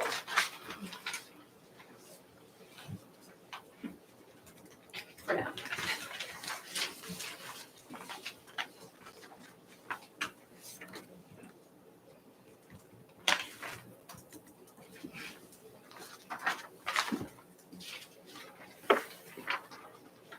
Mary, you want to kick us off? Yeah, I'd like to put a word in for supporting families. In number 3, it says, if staff receive consistent support to meet students' academic and social emotional learning needs and student outcomes will improve. I'd like to include, if families receive consistent support to meet their children's developmental, social emotional, and academic needs, then student outcomes will improve. Do you think 5 doesn't cover that for you? Well, engaged is, yeah, we're engaging them, but sometimes they need more than engagement, they need support. So can we I just get a add little support worried. to that? I get a little worried about that in terms of that, it's sort of putting it on us to provide that support. We already do though so much, right? Don't you think schools are constantly supporting families, trying to keep them going? Right, but this is saying that that's our response. If we take your Yeah. suggestion, it makes it sound more like it's our responsibility to provide that support, which is challenging in that there are other entities that are sort of responsible for that. And if we take it all on, then we take it all on. Well, then, Who's This another was community a provider? conversation that came up in the working group as well, just so you know, right? So okay. I'm not saying it got resolved. But Lindsay, you wanna jump in? I understand where Peter's coming from. However, we are putting so much into this about social, emotional, and equity. And that's at home, that's with families, you know, I mean, I know that our responsibility is like within the classroom, but the greatest challenges that must be overcome are stemming oftentimes from the family, where one student has a brand new MacBook and the other student doesn't even have an internet signal and they're expected to complete the same assignment in the same timeline. Or, you know, that's just one example. Or, you know, one student has a 3,000 square foot home and the other one is, you know, has a 1-bedroom house they're sharing with 8 family members. And those things, we don't have any control over that, but that's equity, you know, like that shows up in the classroom and that's what we're trying to overcome. So if we're leaning so hard on a social, emotional and equity, then if we ignore that, then it's a tension. I don't know how we resolve it, but you know, those are some of the supports that if we ignore them, then we will not have an equitable environment, you know. If a student's identity is not supported in their home and, you know, they're homeless because of it, that's way outside the scope of, you know, traditional learning, but how far are we gonna lean into it? And we don't have an answer to that, but we're going pretty far with the language that we're using already. One thing that I mentioned in the working group that might also be helpful, and not to add a whole other number of in the theory of action list, but you don't work in a silo. Like your school district is, it's not like you don't talk to any partner organizations or other aspects of the community. You have a lot of partnerships, right? So perhaps there's, because this came up again, the social emotional learning and the limited resources, and are we allocating resources if we say something here? And to just acknowledge when you're defining equity and when you're defining these theory of actions, you're working in community with many other partners, right? Ideally, right? Social services, other organizations, etc. So perhaps there's something that can be refined here that acknowledges that you are not on an island solving all the world's problems, even if it might feel like that, and to be intentional about the importance of school districts working in partnership with all these other entities so you have healthy kids who at their home lives and their classroom lives can be not seen as separated but intertwined. So just a thought, because this did come up in the working group again. Now adding to the list, that is bad, okay, just kidding. Barbara and then Victoria. In going through our theory of action statements, one thing that appears to be missing to me is really more around staff as well, especially with the high turnover that we had. So something, and this isn't perfect at all, it was just some ideas I threw down. If staff concerns are heard and addressed, this will decrease staff turnover and will improve learning outcomes. Can you email that to me? I could. Just the phrasing, just to add into the next, just want to get that right, okay? Okay. Victoria? Yeah, I wonder if 5 and 7 can be combined in some way. I feel like they're both cover families and engaging them. Did you steal my notes again, Victoria? I said, I have that in my own notes too about that potential combined moment. Yep. And then Mary Heather's got her. Sorry, Mary Heather, and then Jamie.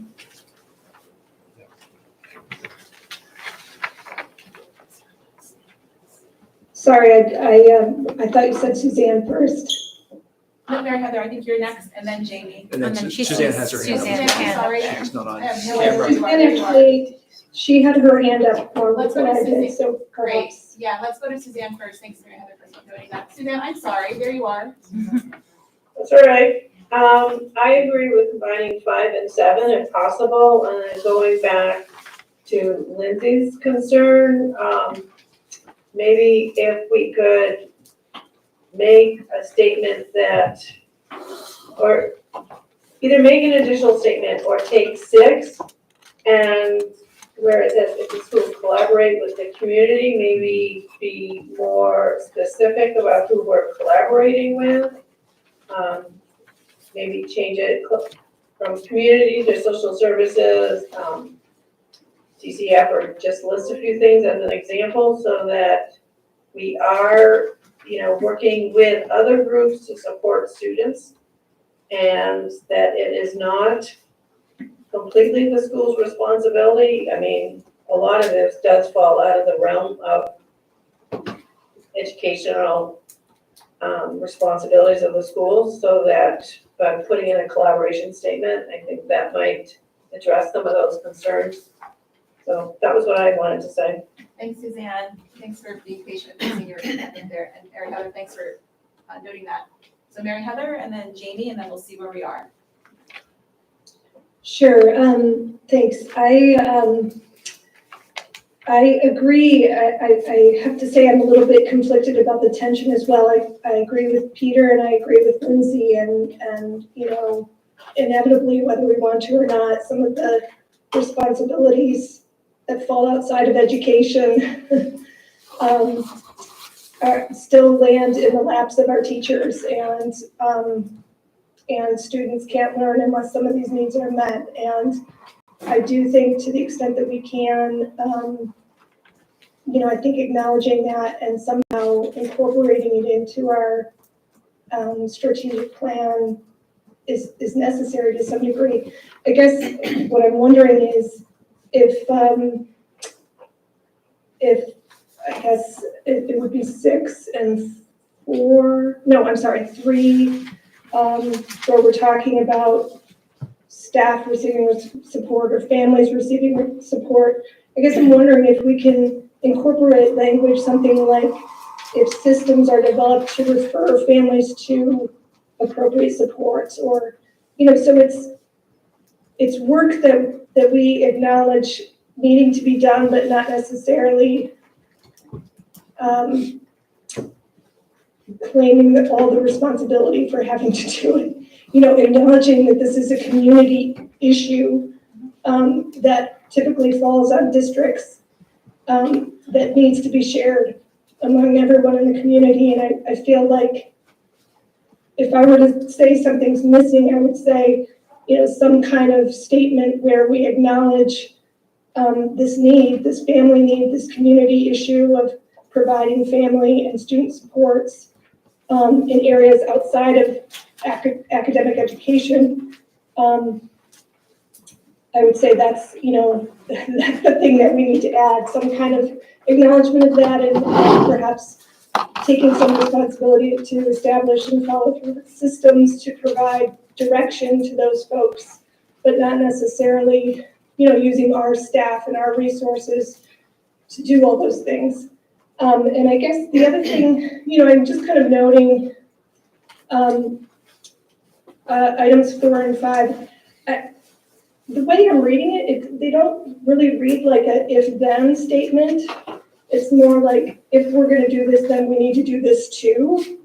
And so I'm just wondering with 4 and 5, they don't really, I guess I don't really see the outcome in those. And I'm wondering if they could be tweaked a little bit. Like, for example, with 4, like, I would suggest maybe something like, if ACSD staff teach and support students in equitable ways, then what's the outcome going to be?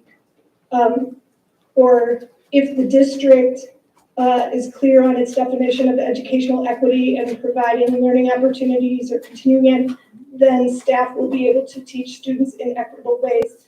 I just feel like the way 4 and 5 read currently, excuse me, don't really have a tangible if-then kind of outcome. Yep. So I feel like those could be strengthened a little bit. Got it. Thank you. And that's all I gotta say, sorry. Thank you. I think I saw Jamie, and then Peter, you're gonna get the last word on this one, so we can move on. Not that, Peter, sorry. So I love the comment that Lindsay raised, and I think it's at the heart of a lot of stuff that we're doing now. And I think we're gonna end up talking about it fuller in some capacity. I just had a question about these theory of action statements. Like, where do they go? like, does the public see them?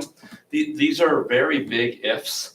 Even like the ones that Mary Heather raises, I totally agree that sort of the math doesn't work out. But even some of the other ones, I'm like, well, if we do this, that might happen, you know, but it pretty well might not, because of all kinds of other inequity that we're talking about. Right. So, like, how will these be presented to the public? Right.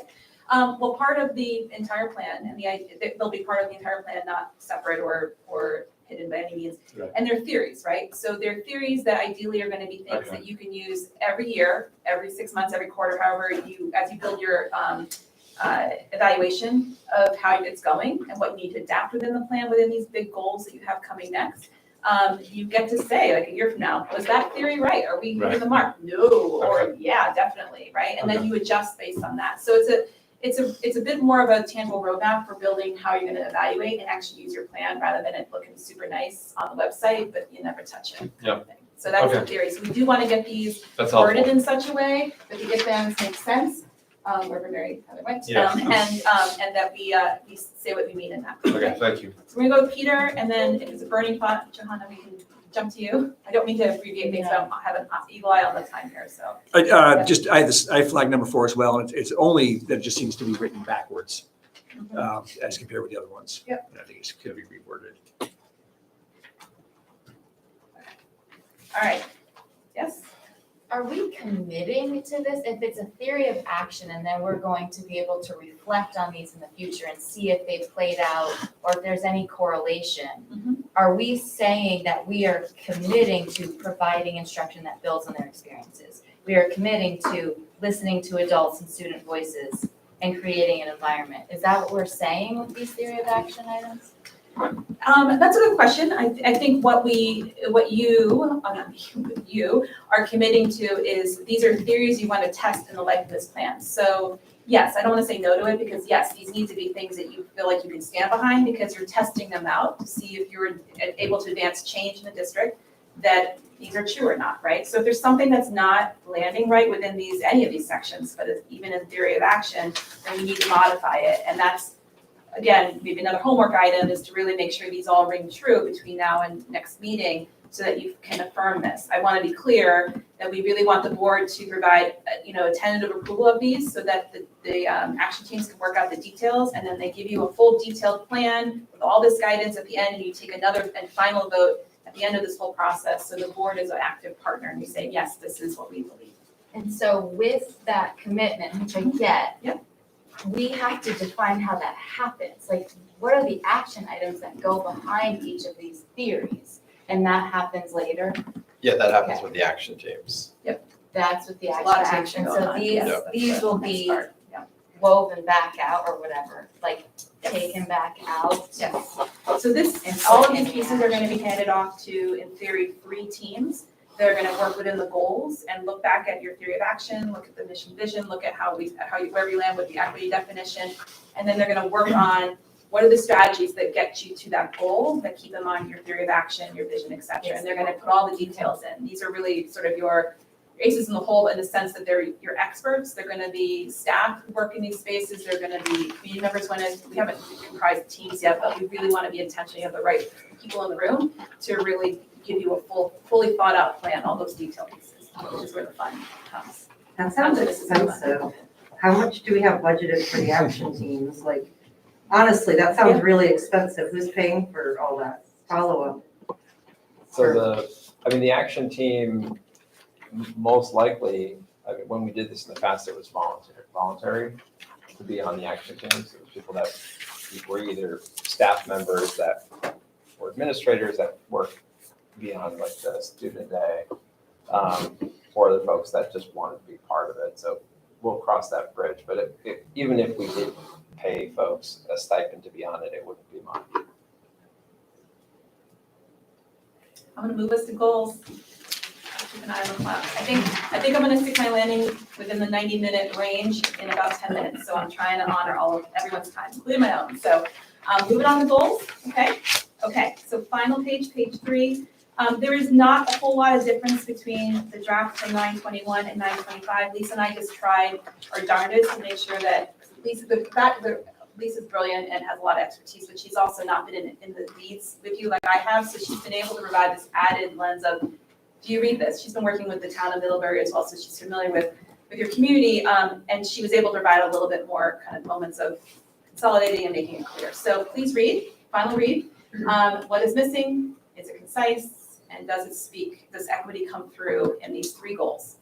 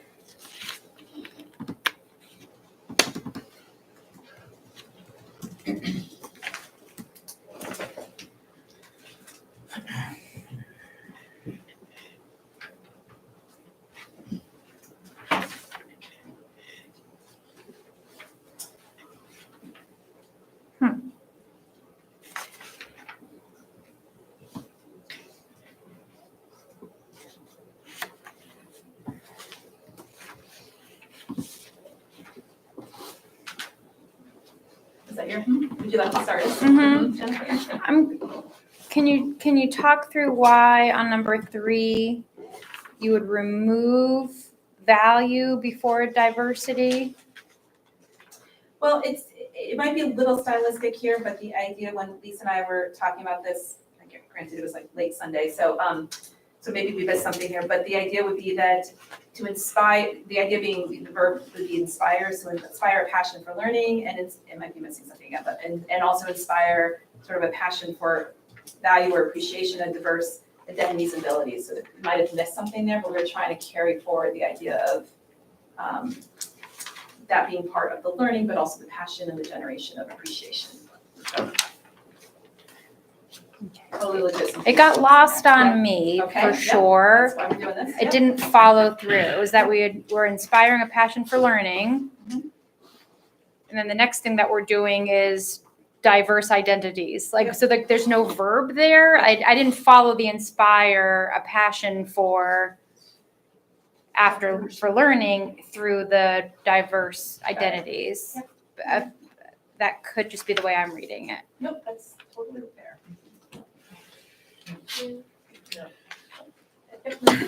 I agree with the missing verb in 3. I also feel like there's a verb missing in 2, allowing varied learning environments and equitable outcomes. Because that would say like allowing equitable outcomes, and that was kind of the same thing, but with 2 as well. It seems like the whole process, we're doing more than allowing equitable outcomes, but like, we're Striving for. yeah, we need another verb there as well. I think we were just trying to say if the facilities are accessible, that allows a varied learning environment and equitable outcomes, but if that's not clear, we can totally add a third verb. Yep. And there was one other thing that, just as far as it reads, students and families will be able to access information in multiple ways. And then what follows doesn't, like the multiple ways prioritize the learning and offer a sense of belonging and support. Part of the meaning to me gets a little bit muddy. Right, It's how like does separate accessing thoughts. information offer a sense of belonging and support? Like maybe turn it into different sentences, like I agree that they should access information in multiple ways. And then separate thought, I don't know, that demonstrates that we prioritize student learning and I don't know. Okay. That whole goal number 1 is around the idea of school community, so we want to make sure it's clear, so, because there's several things that fall under that, of course. So, but definitely here, if it's on Steve and then Chip. For number 2, I'm trying to see how it's additive. It says, ACSD will allocate resources to address student needs across the district in an equitable manner that maintains infrastructure and facilities that allow. So I tried reading that with across the district in an equitable manner. that allows varied learning environments and equitable outcomes for students, because I think we're touching on a third rail there, because it could be misread by some people to say that we are going to maintain all infrastructure and facilities. And I think that is an issue that is in question right now.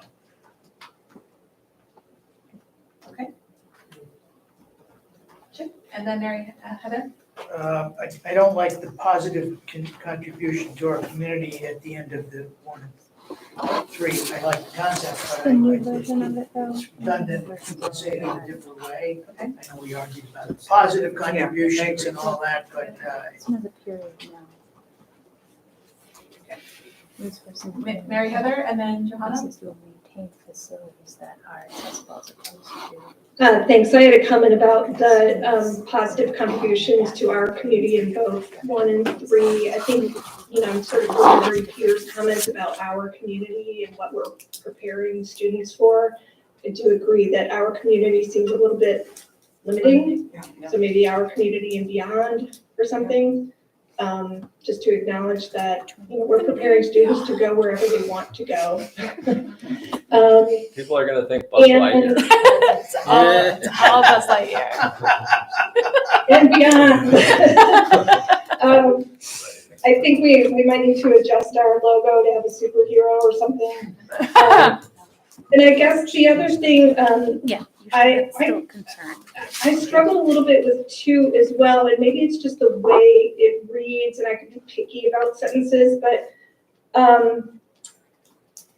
I just wonder if, we'll allocate resources to address student needs across the district in an equitable manner. Maybe I struggle a little bit with how we're capturing infrastructure and facilities as well, and I don't know if it's just a clunky sentence or that we're specifically calling that out. I do agree with the importance of, it's an element of what we have to do. We have to provide appropriate facilities and for our students. But I guess I'm just wondering if that number 2 can be smoothed over a little bit, where we're clear, but in that we're saying, we're providing the necessary infrastructure to allow for appropriate learning environments. I'm not sure about varied. I feel like appropriate, our goal should be, we're providing what students need, not just providing an array of things just because. But I think it really does need to be honed in on what students need, students across our district.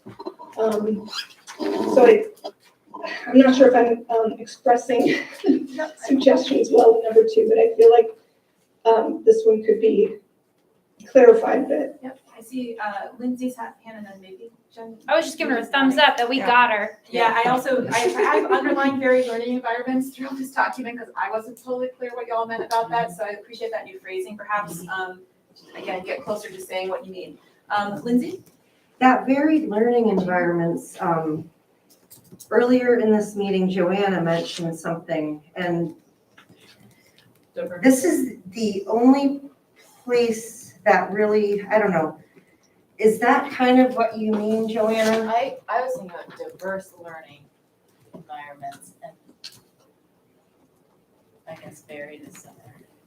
I guess I'm thinking about the parent-child center or, different type of adventure-based or out of the classroom experiences, or how we have, much smaller and larger schools. I don't know. When Joanna made that comment earlier, I was just thinking that is something that is already happening. And when we talk about facilities, that's not really mentioned in many places, but it reads a little bit strange where it is, but I like that it's within what we're doing someplace. Thanks, Lindsay. I think I saw Jamie and then Barbara, and then we'll see, and then Johanna. Yeah. I'm struggling with the same confusion, I think. I like the idea of meeting student needs, which to me seems simpler. Allocate resources to address them, yeah, I don't know. And to me, varied learning environments, when Joanna said it at the beginning, correct me if I'm wrong, but I'm picking up on what Lindsay's saying. I think that it appreciates the diversity that exists in our schools and sort of not, I hate the word celebrate, but celebrates that diversity or like appreciates it, that diversity, curricular, pedagogical, educational, whatever you want to say. And I guess that's what I was thinking when I see that word. And I like that part of it. Okay, thanks, Jamie. Barbara? Yeah.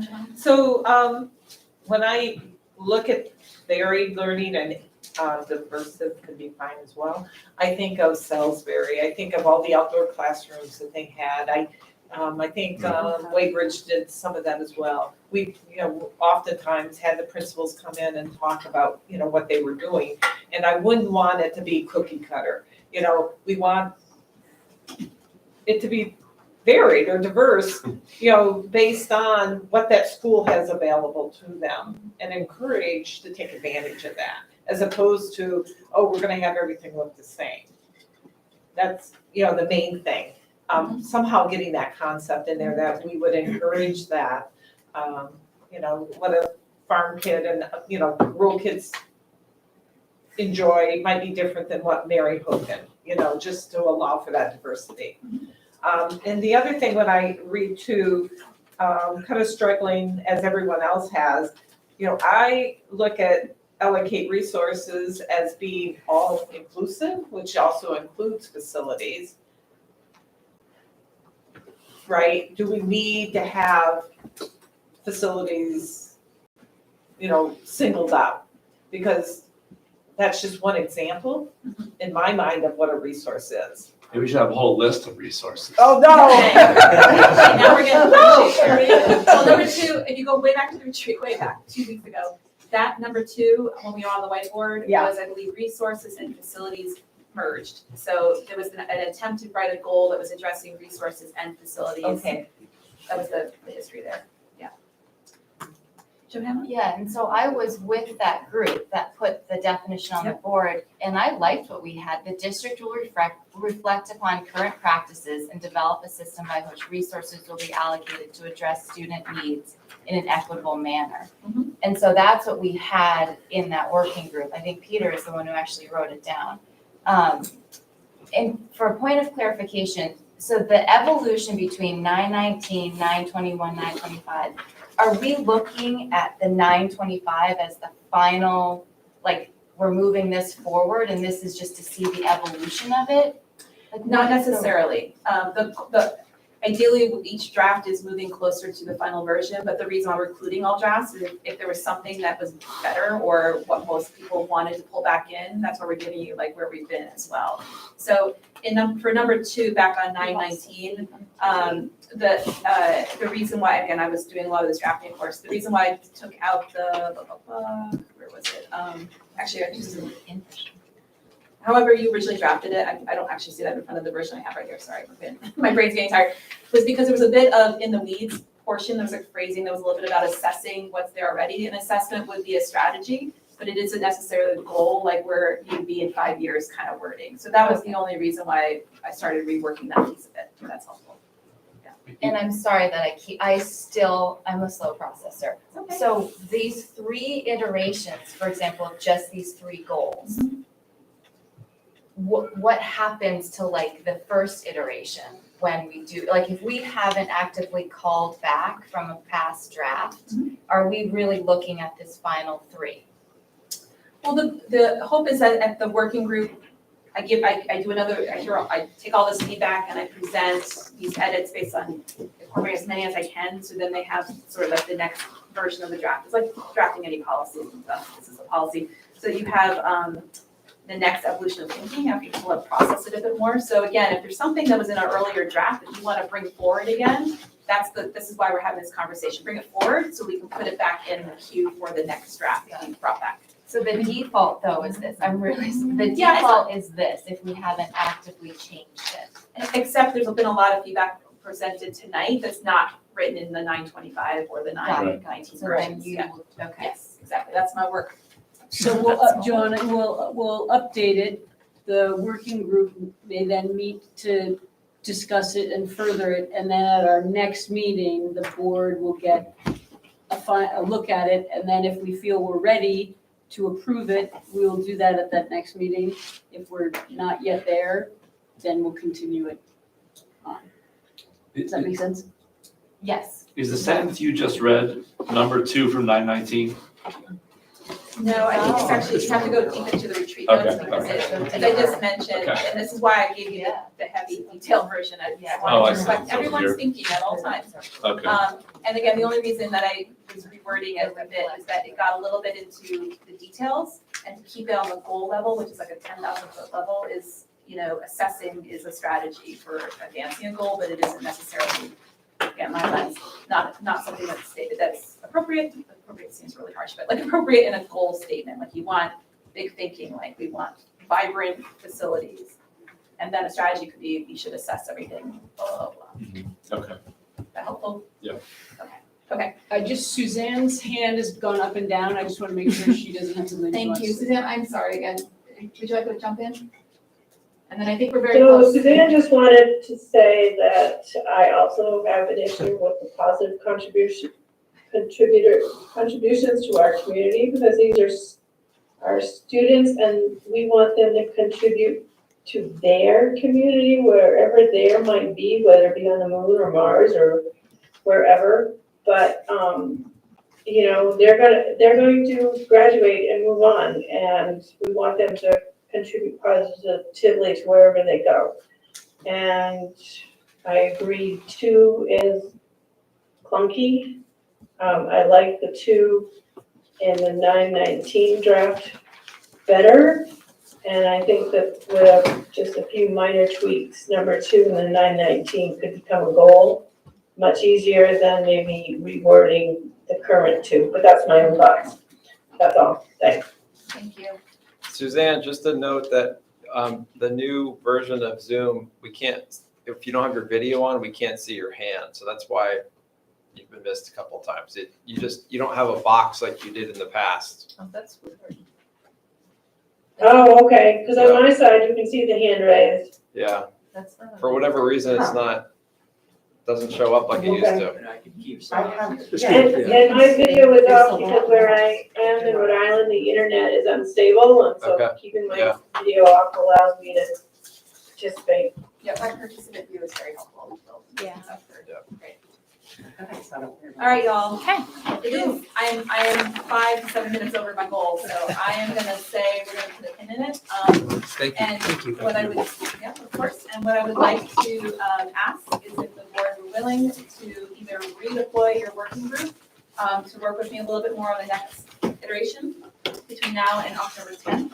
I think that would be best because I don't want to get too far ahead in my own biases. We all bring biases to this work. I try to be very clear about that. I got my own, as we all do. So I think that would be the best next step with the intention and hope that on the 10th, y'all come having read that and ready to really, not strive for perfection, but strive for this is in a good place and we can now pass it on to these teams to really start working on the details and giving them enough runway so they have time to really work on the work ahead. And I'm gonna remind you of a couple of homework items too, not right now, but I do think those are important things to resolve and think about between now and the 10th so that you all feel comfortable about where you land with the identity list and there, and there's something else I can't think of. So Madam Chair, I'm gonna hand it back to you and you all determine who will work with me, but I will hand it back to you. Thank you very much. Appreciate your time and energy on this, and helping us to move forward.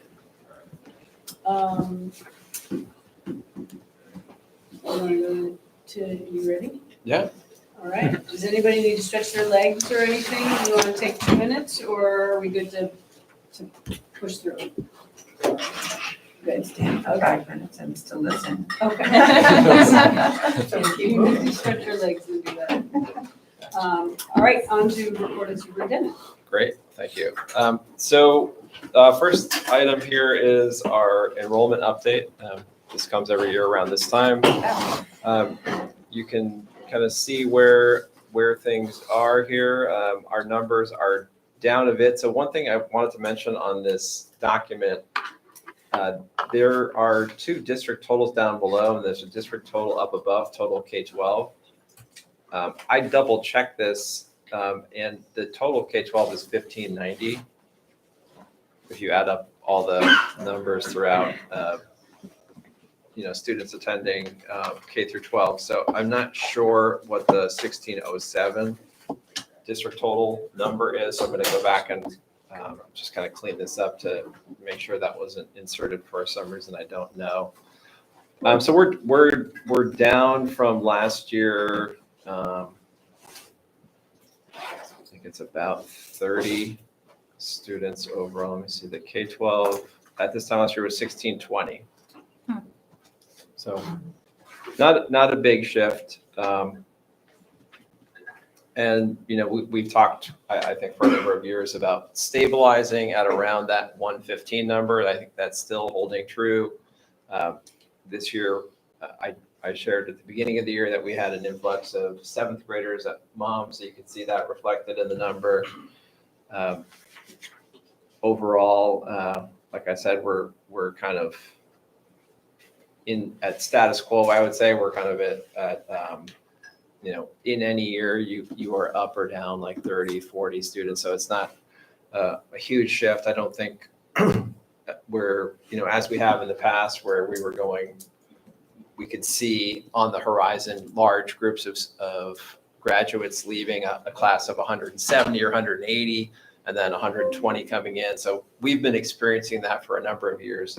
I think, as you can see by the numbers here, you don't see those giant classes as much swelling the numbers or like creating this cliff that we've been kind of seeing over probably the last 10 years or so, as people started having fewer kids and people just the numbers started going down. Any questions on enrollment? Hi. So I took a look at this and I kind of compared it to what we projected back in our annual report, right? And so it was interesting to note that like at the elementary level, several of the schools remained, on par with that, and several were actually above what we projected, including Mary Hogan, Cornwall, Salisbury. Shoreham was down, and I looked at it even more, and it was like almost every grade was down, and I'm nervous and kind of worried that some of the trauma that we had in Shoreham has caused people to, enroll their kids maybe in Bridge School or, elsewhere, because I'd heard some rumors about people thinking about that. So there was an impact of that affected our enrollment. If it was just kindergarten, I would be less concerned because I know a lot of people haven't, there's a little bit of movement, but not a lot. So that was just something to be aware, that we should be concerned about or at least aware of.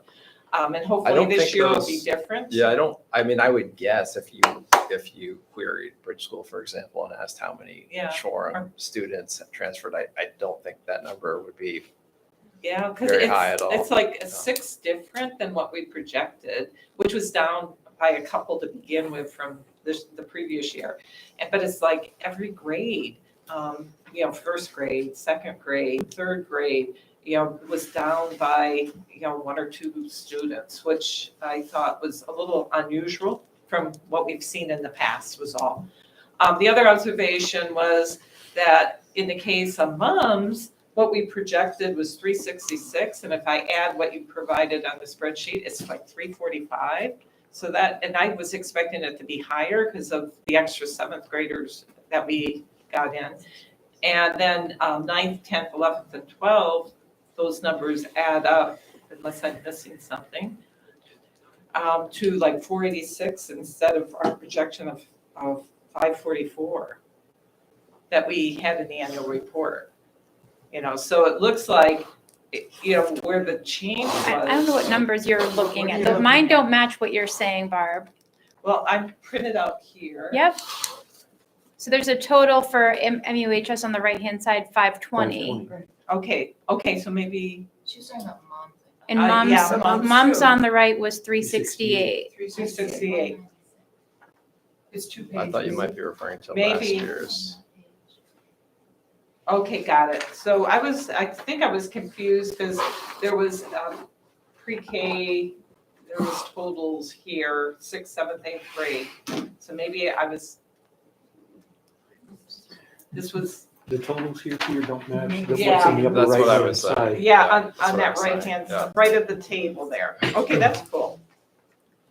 So yes, I see what maybe, you're saying, yeah, below. There was, what I was being confused by was, right next to Mary Hogan, there was ACSD totals, pre-K, kindergarten, first. yeah, so, Yes, and that's what Peter said was actually the accurate full count, so maybe That's- we do have a problem. Maybe the green ones aren't yeah, accurate. so maybe It may I'm not confused. include tuition students. Yeah, they're on the side, 57 in total. Oh, right, so Okay. 122 plus 15. So maybe Yeah, but it's that's, like, I'm just confused. okay. Nope, that's not it. They do include, So, I think the numbers, I mean, looking just at 7th grade, I just did quick math in my head. Yeah, you're looking at The ones in the tuition. green boxes are the total of what you have for your 1590 plus the tuition students. Does that make sense for you? Mhm. So then, Yeah. okay. So then the district total would be our students plus the tuition students. Maybe that's the difference there. Do those numbers add up? I didn't do No. the math. yeah, that, I'm sorry. The 1607 doesn't with the. Well, you're gonna look at it anyway. I'm gonna look at it. Thank yeah. you, thank you. And I'm just noticing there are no tuition students for grades pre-K through 5th grade. Right, I was wondering about that too. Like, I know we have Granville and Hancock kids. Yeah, I'm not sure why those aren't. Okay. Okay, Yeah. so Yeah. that was kind of why I was confused. I have a question. Is there any way to know how many families are homeschooled in a specific school area? We probably have that. I know we have a list of all the homeschool. Yeah. So that might explain where some of Yeah. those students went to. Yeah. Yeah. Yeah, yeah, because I was like, oh my gosh. But there's a lot of, I mean, if you look year to year, there's a lot of movement in terms of our projections of how many students we think are going to come and then how many do Right. come. And Right. And I think the last 3 years with the pandemic, we have seen there was a spike in Right. homeschooling. I think that's actually, from what I understand statewide, that's gone down this year as we return to, a quasi-normal year. Right. Um, And I guess why it jumped out was Shoreham seemed to be the one that really lost ground compared to the other schools. Because all the other elementary schools were at the projected number, which was actually higher than the previous year, or they increased by quite a bit, which Cornwall did. Right? But the numbers, if you look, like, for example, over the last 5 years at Salisbury, Right, and the numbers in Salisbury, things were relatively flat in Salisbury, like Right. there wasn't any big events going on, but the population went way down. Had a right. couple families moved to Florida. Now we have small Right. numbers and you're gonna But have a they came huge, back- But they came back because it's higher. Your no, aid those hospitals families aren't didn't come back. anywhere I close to know, where it but used you to had there's 8 new kids compared to what we projected, so it went up, which was great. But So- Shoreham, for example, saw growth. The numbers that I see here, and I can go back and look, 5-10 years ago, Shoreham historically has been around in that, I believe, in that 70 kind Right. of It's been Zone. 80 for maybe, quite a or while. 80. But It's then been we 80. saw a spike and it went up to over 100, Right. right? But And that then it came included back down. So That included 6th grade. Right. All right. Yeah. Steve, did you have a question? Well, I'm very interested in these numbers, but in light of our discussion around equity, is there a reason that we couldn't break this down and see where our diversity lies? Because I think some of these schools do not have what we would call traditional diversity. are you asking for like enrollment based on ethnicity or race? It might get to be How about economics, identifiable with some of the small schools. Yeah, we have to go through that whole list. Yeah. Right, because I don't that think means you more can- than just, Like Hispanic or non-Hispanic. So we wouldn't be able to identify where our diversity is or isn't. Well, if you have fewer than 5, you can't really say that, because then people start like saying, oh, it must be that person and that person. You know what I mean? It's no longer a percentage, it's a person, so it becomes identifiable. And we have really small numbers. Many things that people identify as they don't wear on their sleeve, they might not fill out on a form, And there's what that their too. gender identity is, or, you know, Or nationality, stuff like that. their nationality, their immigration status. There's so much that's not captured that would be meaningful, but people don't always say what their identity is and the things that, you know, make us different in the same. So, I mean, I think that's, but what you're raising is part of, I think as we're talking about what the strategic plan and what we were talking about earlier in terms of kind of communication and commitment, you know, thinking about ways to, you know, if our main goal is being more inclusive and more aware of both our biases and our diversity, then we need to start looking at, you know, in all different forms, both in terms of achievement data, in terms of demographic data, we need to be looking at that. So what I'm saying is, you know, in terms of a future kind of like modeling, not of just enrollment of all these things, I think that's kind of where we're headed in terms of reporting and assessing and benchmarking and all those other things. okay, so would it be fair to say that if you can't break that out for a school because there's too small numbers in it, that there is not that level of diversity at that school? It depends what you're reporting, you know, in information like this, which is just pure demographic data, the small number may not be an issue. Of course, if you're reporting achievement data or something that you can't share, you know, like that, yeah, I think it's 10 actually, not 5. But. I mean, I am aware of at least one issue where the student was the only student of color at a school and requested to be transferred to Mary Hogan, where there was diversity. So if we're going to talk about equity and diversity, I think it's relevant. Yeah.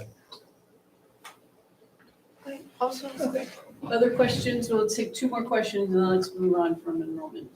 Lindsay.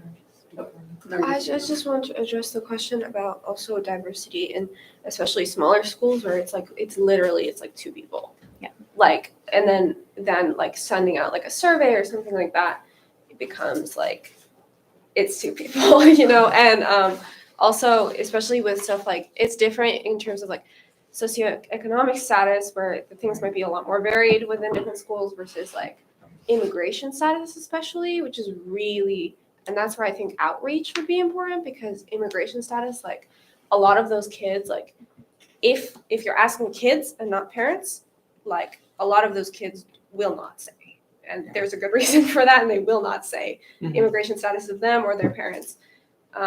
So it's like, it feels like it would be something that would be like, oh, like this amount of students, this amount of, but it's like a lot of the kids won't report themselves either. Because they don't feel comfortable identifying their diversity. I mean, I think that strikes at the core of this equity issue. Yeah, I think no. Also, like again, it's different in every like in what you're measuring for. So, again, first of all, socioeconomic status when we're talking about like younger kids, that's how much they know about that is limited. But I think where I think it would be a problem would be immigration status, sexuality. Kind of trying to take measures of that would be really difficult because, yeah, with immigration status, it's not necessarily that their school, they feel that it's just they feel that like it's a danger generally. It's not something we're allowed to ask anyway. Exactly. No, they might feel like, oh. All right, Mary Heather. Be deported, their families. Yeah, I think Steve's question just brings up an issue that we will have to figure out as a board and you know, moving forward with some of our equity goals and recognizing the difficulty in really understanding how many folks are out there, you know, with these different, in these sort of different identities. And I know even just from, reporting, for example, anybody who's on plan, that's problematic in some schools because if you report how many students, folks know who those students are and it's problematic. And yet as a district, we have to figure out, how we're serving these students. And I'm just wondering, I guess I'm just planting the seed for how we can look at this and compile these data. I think they're important. It's important information. But as we keep things, sort of separated into these schools, some of whom have very few students, and then we're not allowed to report, how many of those students are on plans or how many students, I think this is just a really tricky issue that we as a board are going to have to figure out how to navigate. And I don't know what alternatives we have in terms of aggregating data just for our district or by grade or something like that, where folks aren't necessarily identified when we report different, not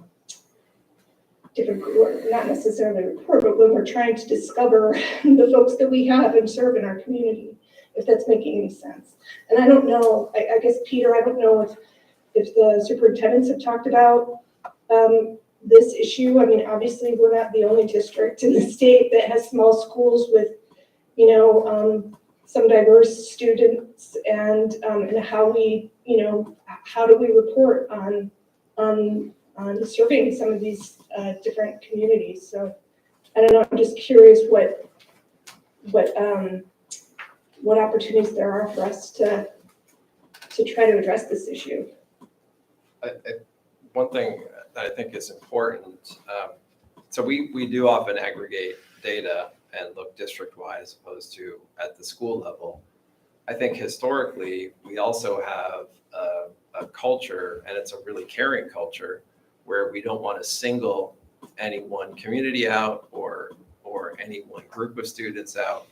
And I think that's something that we need to look at together, because if we aren't calling out where there's increasing need, and then we look at the goals from today, we have to really be honest about where we are, where all of us are, so that we can address the inequities and make change. And I think sometimes it's a lot easier just to kind of step back and not really talk about it and just talk about everything at a meta level.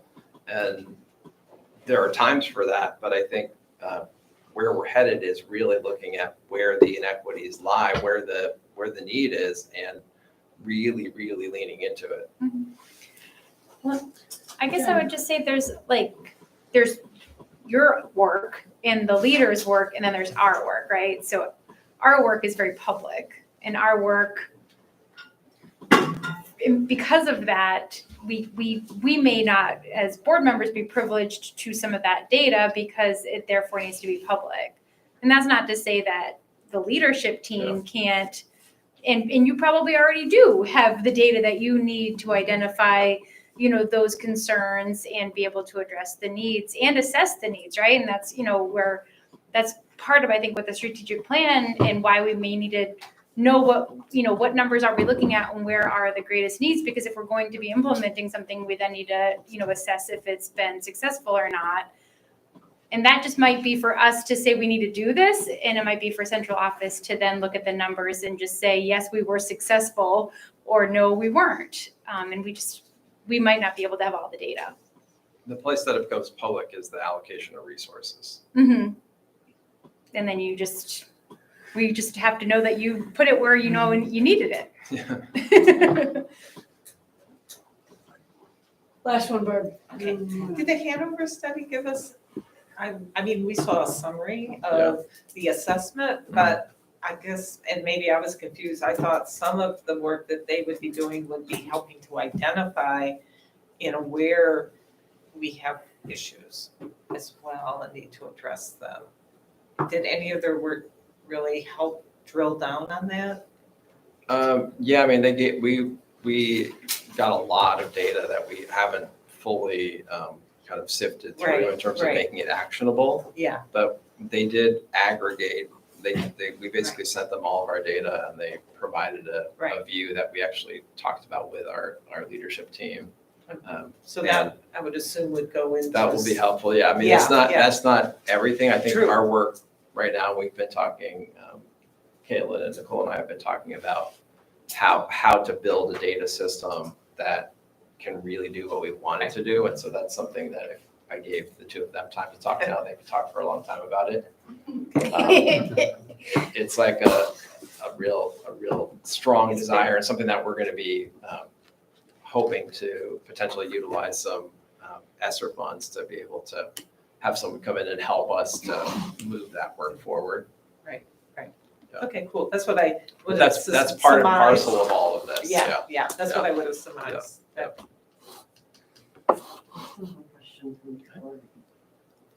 We sort of passed on. Okay. Is it okay to? Sure. And then. Okay, then we're really done. Is it possible to get data from past years that is comparable to what we're seeing here? I'm interested in looking at, the changes from year to year. I know some of it might be a family moving from Florida. And I am also interested in if we have the data on like homeschool or private school. Where would I find that? Is it easily accessible public or do I need to make a specific request? So we prepare this every year. It's something that Sharon was actually in charge of. Just So- budget book too, It's enrollments, Yeah. are all budget book. Yeah. Right. Over a number of years. So I 5 would years, ask for the 6 budget years. book. It's online. The budget books are on, okay, It's the one we got for the budget last year. okay. I can send you a spreadsheet because I put all those numbers in the Working out, spreadsheet. that's right. Yeah, that would be great. I would be, There seem to be some unusual data points that I'm curious about, like, when we have this data, what do we do with it? Like, like in Bridgeport to see, 5th, 6th, 7th, there, it's so much lower. Like what's the story behind those numbers or what do we do with that information? Do we just kind of Yeah, have this yeah. information for information's sake or? A lot of this is for budgeting and planning. Okay. I think, in my experience, reading too much into a number at each grade level, I mean, you can talk to people who have lived in Weybridge for 40 years and they'll say, like, there are years when they have 15 and then other years when they have 3 and like there's a lot of fluctuation in these numbers. And I think the bigger number that we're looking at is really academic outcomes as opposed to how many students are enrolled. But this is really important for our budgeting process because these are the numbers that are counted and then provide us with the ability to fund all the staffing positions we have, all the programs we have. So it's pretty important in that respect. A lot of this will trend related to housing. So I know a few years ago when Shoreham started seeing a bump up, a lot of people were saying there was affordable housing in Shoreham and they were not finding it in other places. And that was one of the reasons why Shoreham's numbers were going up. So there are a lot of variables involved. It's certainly super important though for us as we look to the fall and budget development. Well, the whole equity lens too. If there's a disproportionate number of people going into homeschool and private school, there really isn't like an exit interview process with families when they decide to leave a given school. But if they said, oh, our kids aren't getting what we need, that could give us a lot of really valuable information about how to make things more equitable.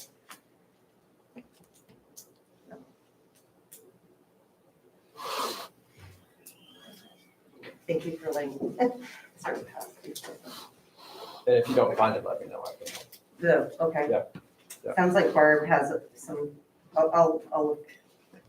please Along don't do that with- all what I did. That's a lot of work. Yeah. Okay, I also wanted to turn around here.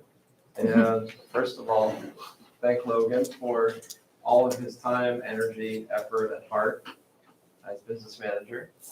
This is his last week, so just wanted to acknowledge and recognize him.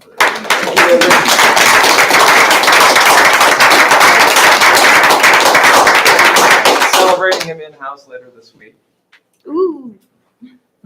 That wasn't an invitation to us, I'm guessing. I don't know if we've ordered that many. Cupcakes? It could be cake. I'm not sure what, if it's pastries or cake. If you have extra. But we could probably get you an invite. And then I also wanted to introduce Matt Carenti, who is our new Director of Finance and Operations. Notice new title. Okay.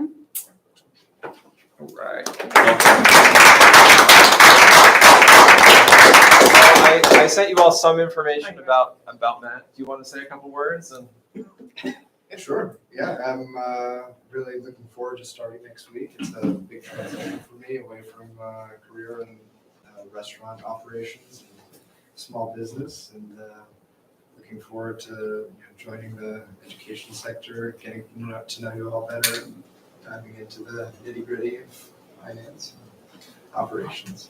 Yeah, it's an exciting time, and really looking forward to it. If you survived this 2 hours of theoretical conversation and had nothing to do with budgets and numbers, then you're well on your way. This was your hazing. Right, exactly. Well, as Logan will tell everyone, it's not just the numbers, right? Exactly. The different departments, management, there's a lot to it. It's engaging in that respect. So there'll be if it's less chaotic than running a restaurant. We can't promise that. We can't promise that. Speaking of 2 hours. Yeah. Someone's got some Priorities. Yeah. You done? That's it, yeah. That's all you got, huh? That's all I got. All right, except that we have the Yeah, we have. improvement plan. I'm gonna come out so we're not talking back of everybody's head. You want to sit here? Sure. Well, you can go up there too. This is fine. Okay. Hello, everybody. Hello, Caitlin. I'm going to do my best to be very efficient, but I'm not sure that that's the tone of the evening. You're doing a great job. She's been very fast. This is an abbreviated version of a report you have seen in years past. So let me give you a little bit of context. It was in your board materials. It's called the Continuous Improvement Plan. In previous years, we've been required to construct a longer version of this plan at the district level and one for each school. They put it on pause in 2021, in part because we were flooded with other reports, right? So at the state level, we were required to write a COVID recovery plan that iterated over 3 different phases, a public plan for ARP ESSER spending that involved extensive stakeholder engagement. And so, as I said, they pressed pause on the CIPs for 2021 and they brought them back for 2022. And to credit the Agency of Education, I think they read the overwhelm in the room of people who were managing all of these reports, and they really dialed this one back. So this is a state interpretation of a federal requirement, I understand. So we do have to do it, but they've reduced it to just a minimum of 2 goals, 1 safe and healthy schools goal, 1 academic achievement goal. And they've told us we only need to write it at the district level from now on, and we only have to submit it every other year. So you'll look at this one this year, and you probably won't see me presenting another one of these until 2024. So then I want to give you a little bit of context about how I approached this. We have done so much stakeholder engagement through COVID recovery, through all of our planning and all of our grant planning as well, that I actively chose and wrote right in here in this document that I didn't engage in any new stakeholder engagement for this one. I drew from the work that we had already done in the past, and from that isolated 2 goals that really targeted these requirements from the state. This has already been accepted by the state, so it meets the bar by their standards. The last bar that it needs to pass is approval of our board. So I had to check a box in the assurances when I submitted this that I have had or plan to have our school board approve this. So I checked the box that I plan to have you approve it. If you don't approve it tonight, it just means I need to go into the grant management system and edit our report. So that's not a big problem. You can see on the front page the various stakeholders whose work is actively reflected in these two goals as outlined. And I want to talk to you really quickly about these two goals. I find the first one so exciting, this safe and healthy schools goal, the idea to strengthen our district-wide comprehensive health curriculum with a focus on alcohol, tobacco, and drugs, mental and emotional health, and sexual health and violence prevention. And the reason that I find it so exciting is that this was inspired by educators in our system reaching out to me saying, it's time for us to collaborate on this. Can we come together? So last spring, some school counselors and nurses, and it was just them in the spring, came together and they said, we are required to teach these subjects, some of them quite sensitive by law, and we do. And what we want is to have a common approach across our 7 elementary schools so that we can feel more confident in our collaboration, in our common agreements, vet common curriculum materials, and curate common professional learning experiences so that we can do this more consistently and more equitably across schools. They asked for that conversation. It was the spring when we were all pretty tired. So we came together, we had a meeting to sort of define the scope of the work. And I wrote a little grant with some extra money at the end of the year to bring health educators together in the summer to collaborate. So we all rested in July, and in August, we for 2 days, came back together, and we had 2 elementary nurses in the conversation, 1 elementary counselor, and our middle school health educator, who's probably still on the line, and our high school health educator, who's brand new, both asked if they could join in the work. And we had these 2 really vibrant curriculum collaboration days that felt like a throwback to pre-pandemic, and it really inspired me to re-enter this year with collaborative partners among our teaching force. So you can see the project as we have it conceptualized here. I'm not going to read it all to you, but it's really a thoughtful educator-led project, including, it was Izzy who really is actively involved in health education conversations at the state level, bringing us the HECAT tool, the health education curriculum analysis tool, as an option to analyze our district-wide health curriculum and understand where our points of leverage are to intervene and make some positive next steps. So I feel super excited about that goal. The second goal is really a very large one. It's all about our multi-tiered system of support. You've heard Nicole and me talk about multi-tiered systems of support multiple times. It starts with that tier 1 foundation where we address, the tier 1 curriculum that all students experience. This also is about the culture and climate of our schools. Tier 2 is about the interventions that students receive if they need additional help, and tier 3 is more targeted, more specific interventions, including special education, but not limited to that. So you can see that we really have emphasized this year, based on feedback from our culture and climate surveys, beginning with a school-wide focus at all of our schools on rebuilding community and connection as the foundation for all learning. And that looks like responsive classroom training at the K through 8 level, restorative practices work at the 9th through 12th grade level, a lot of restorative circles and collaboration and communication and community building. We're feeling hopeful about how that's going so far this year. The tone feels lighter and better. And on that foundation, we're really building these multiple tiers of student instruction and support. And so you'll see a nod in here to our literacy work, to our transferable skills work, which are called approaches to learning, ATLs in the IB framework, and to our response to intervention systems design that Nicole and I are leading among principals and interventionists.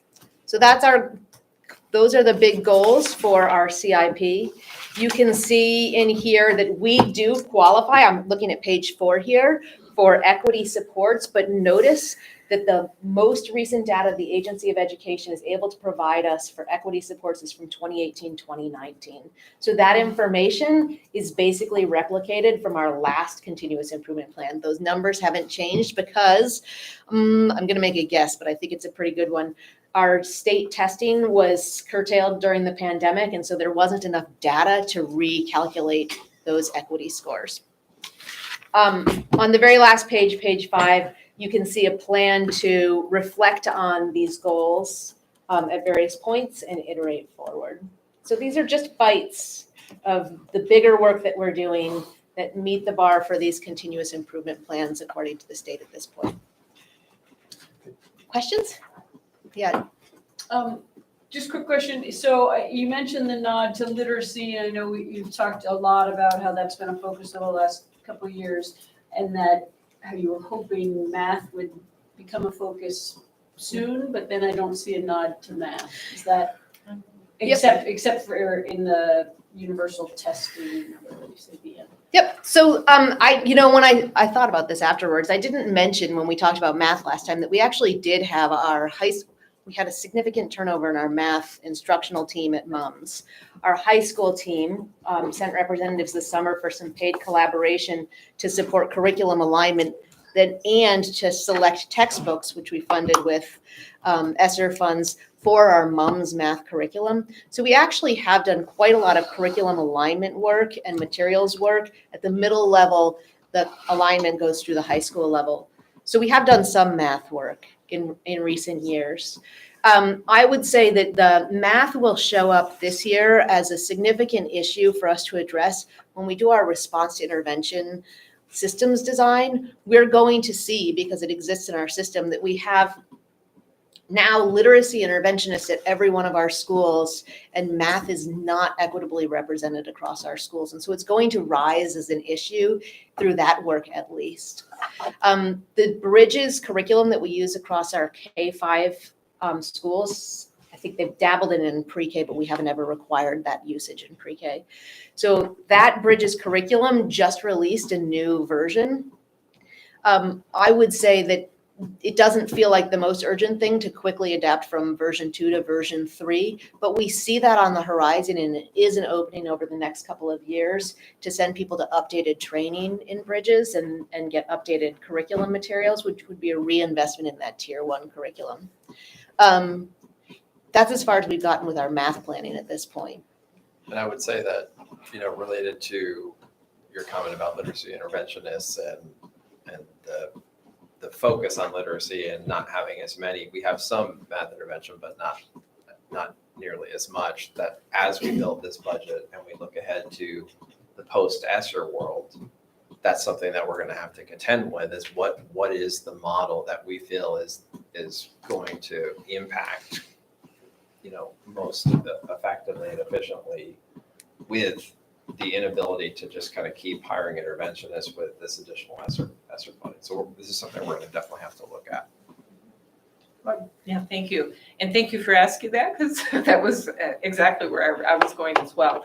And one thing, related to math, and obviously it's not in here, I think we maybe could look at the elementary level, why our scores were on the upswing, and then obviously now they're on the downswing. And my gut tells me it was Jessica really helping our teachers teach math, because in my experience with math, a lot of us, have really struggled learning math ourselves. So it's really hard to then educate a child who may need to have it explained slightly different, that kind of thing. And I think that's maybe the role Jessica helped play a lot, and to help our outcomes, because you can't expect someone, even if they're an elementary school teacher, to have that depth of knowledge in math necessarily to be able to think of those alternative ways to get that foundation there that our kiddos need. And it's so critical at the elementary level. So Jessica was a math coordinator for the district before she became an IBPYP coordinator. And I think you're right that the best practices math coaching and professional development that she organized was highly impactful. People still talk about it to this day. I would say that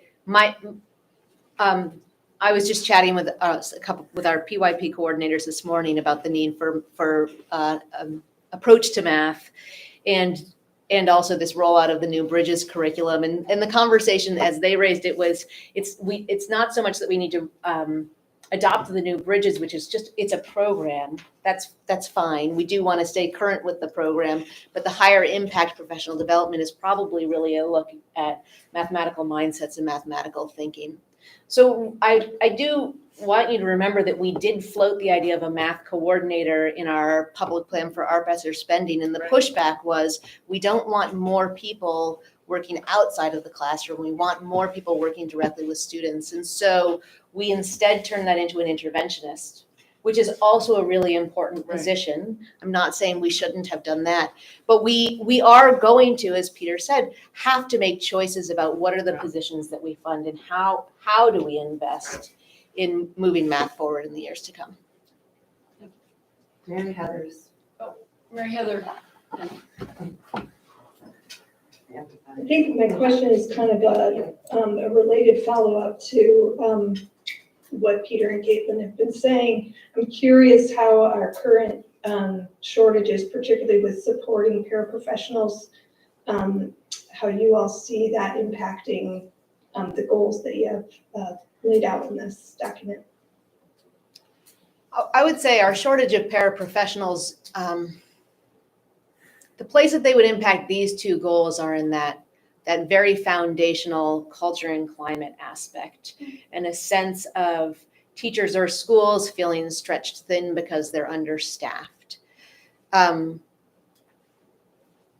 think that's the way that they would impact these two goals in particular. As far as how a shortage of paraprofessionals is impacting the schools right now, I think our principals could answer that far more fluently and thoughtfully than I can. Do you want to add anything to that? Well, I mean, I think it could pertain to the MTSS work as well, in terms of how paraprofessionals are currently supporting student learning. So that right now, one of the impacts of a lack of staffing is that, and Kayla mentioned this, with the principals living and breathing this every day, is there's a lot of coverage that's happening, as has happened over the last couple of years. You know, historically, there's been a person that's done this job. Now it's 3 or 4 people, and we're splitting time among different things. So there's a lot of kind of diffuse action that's taking place to make sure the day runs smoothly. And I think that's, you know, in terms of like thinking about culture and thinking about RTI and MTSS and the work there, that part of our work over the next year, hopefully, is to continue looking at staffing and what that staffing model looks like that's going to support all this work. So that is kind of like central to, I think, the work we're doing over the next year and definitely over the next 2 years. Mary. Having spent time as a health educator and a nurse, I recognize the goal as something that we tried many times. And one of the biggest issues was, again, staffing. The nurses were so busy, the counselors were so busy, they couldn't do the individual instruction. And the classroom teachers had more on their plate than they could handle. So I don't know how that will get addressed. I mean, you can align the curriculum all you want, but if you don't have anybody to teach it, it's going to be very difficult. And I know that's been an ongoing issue, so. I just want to highlight they need, it's not just the curriculum, you've got to be able to implement it. Yes, true. All right, we're gonna move on, unless these are just, you can't. Just one little question. So how do we know that we've achieved this? Yeah, well, so you can see that this, this year, when it says measures, we'll measure success based on implementation of common agreements district-wide, right? So we're saying that in this MTSS one, we can't even consistently look at data until we have a common system Okay. across schools So to we're not collect getting it. there. And so we're not there, we're looking at data, but we don't have a common way of reporting out because we have such an organic data system at this point. Peter said that Nicole and I can get pretty long-winded about this one, so I'm gonna cut myself off right now. Sorry. I meant that in a positive way. I know, but it's late. Joanna. Just really quickly, and I say this only because I know you and I think you'll appreciate this reflection. When I hear you talk about an addition of a math coordinator on top of a PYP coordinator, knowing that Jessica Lynch was the PYP coordinator and also, so I just wonder like a pivot in a role that already exists, if that's something, I mean, I don't want to be ignorant either, I just wanted to. No, Joanna, I think you're right. We are not going to be able, post-ESSER, to sustain all of the things that we have in our system, and we will have to make those kinds of decisions. Which are the specific roles that we have to sustain, and what are the ways that we take a smaller staffing model and meet all of these needs? And it can be fluid. It doesn't have to be the same thing every year, especially something like a coordinator. Yes, yes, I agree. Thanks for bringing it up. Thank you, Caitlin. Thank you. Do you Joanna, need us to do I'd like something to though? move that we approve the Yeah. continuous improvement plan. I second that. Terrific. All those in favor, please say aye. Aye. Any opposed? Any abstentions? Great. Can you all just tell me who made the motion? It was Peter. Peter Conley with Chip seconding. Thank you. Thank you, everyone. Thank you. you. Thank you. Thank you. And thank you. Okay, Bruce, talk to us about pre-qualification of bidders. Okay, in your board pack, you should have gotten a memorandum that I produced. And so in that memorandum, there was a list of construction management companies. And these are the folks that we would like to have bid on our kitchen project, because whoever wins that bid, we're working with. So that's why we developed a list of pre-qualified bidders. And so if you have any questions. Great, let's get the motion on the table and Okay. then we can discuss. I'll move the pre-qualification of bidders. Thank you. Second? Second. I'll second. Great. All right, Okay. questions for Bruce?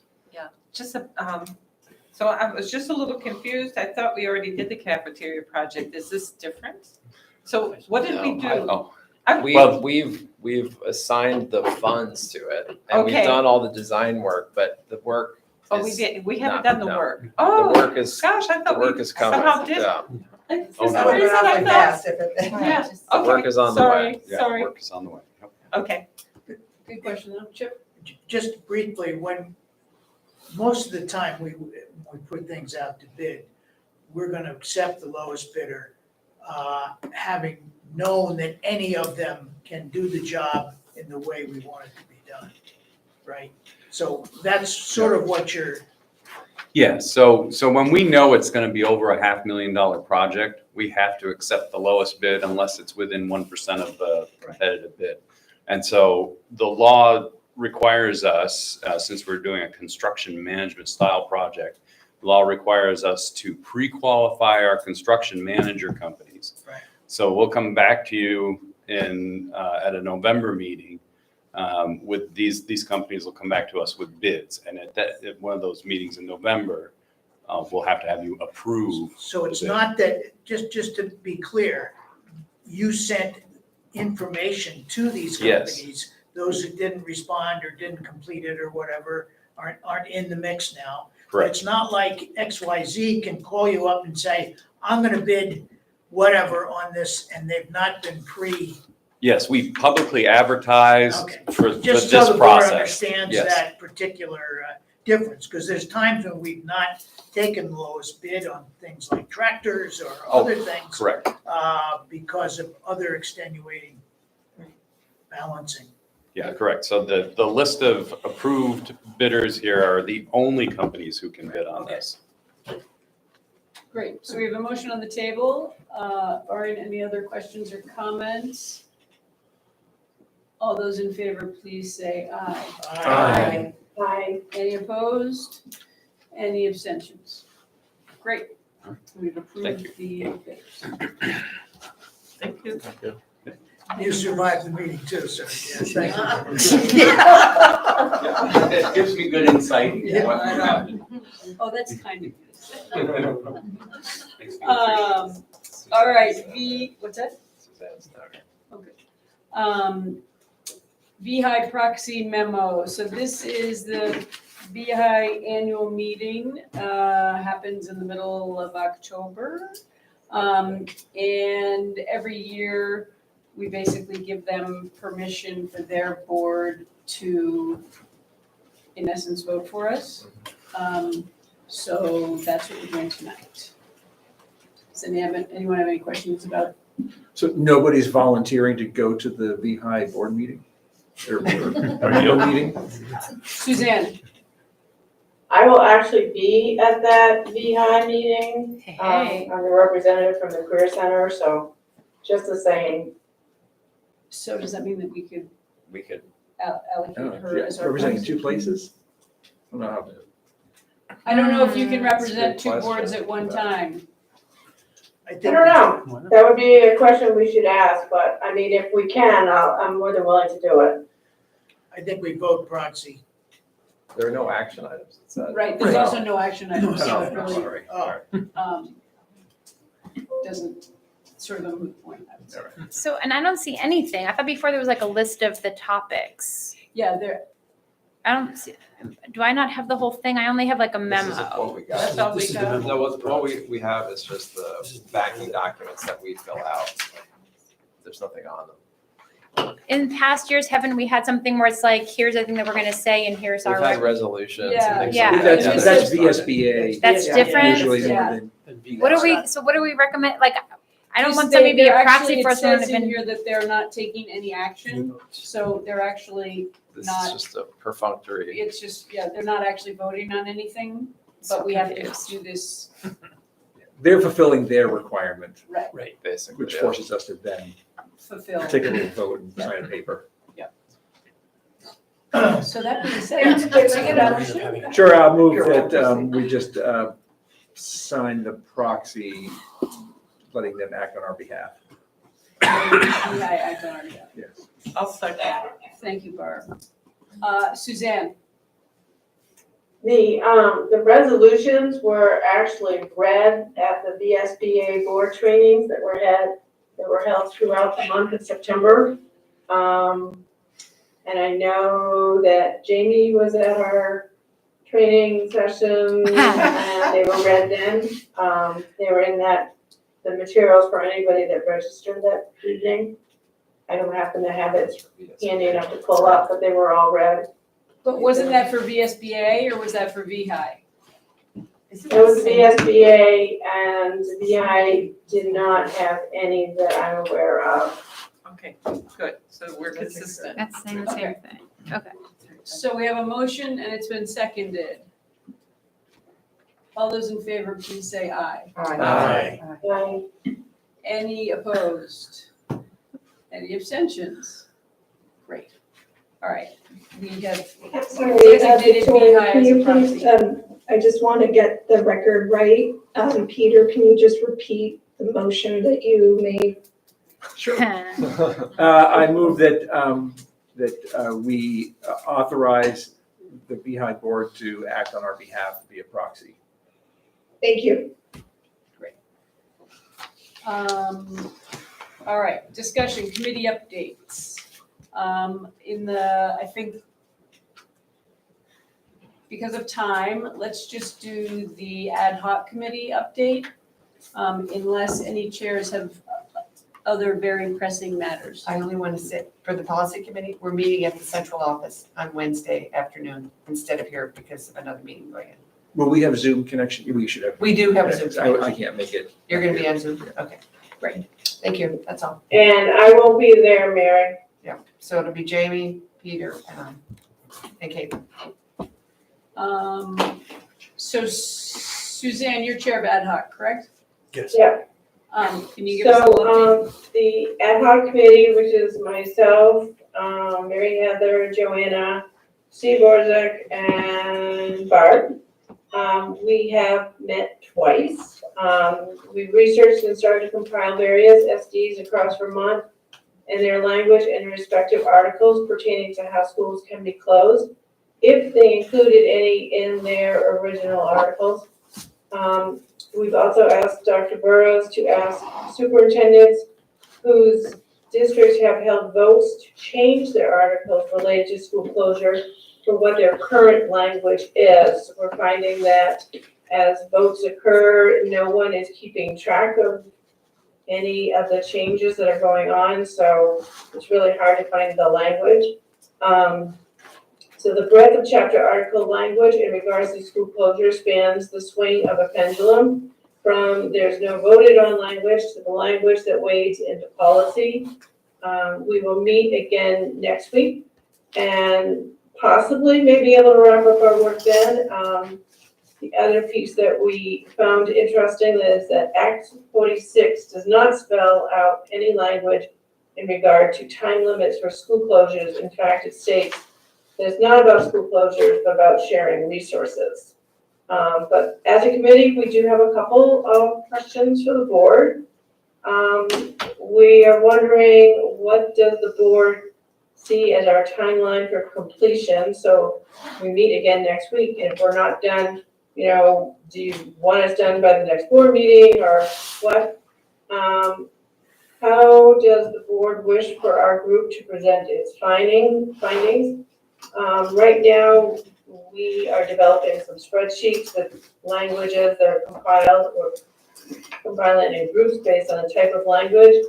Or would you just rather have all of the information in advance of the board meeting and then allow the board to choose what avenue the district should contemplate pursuing?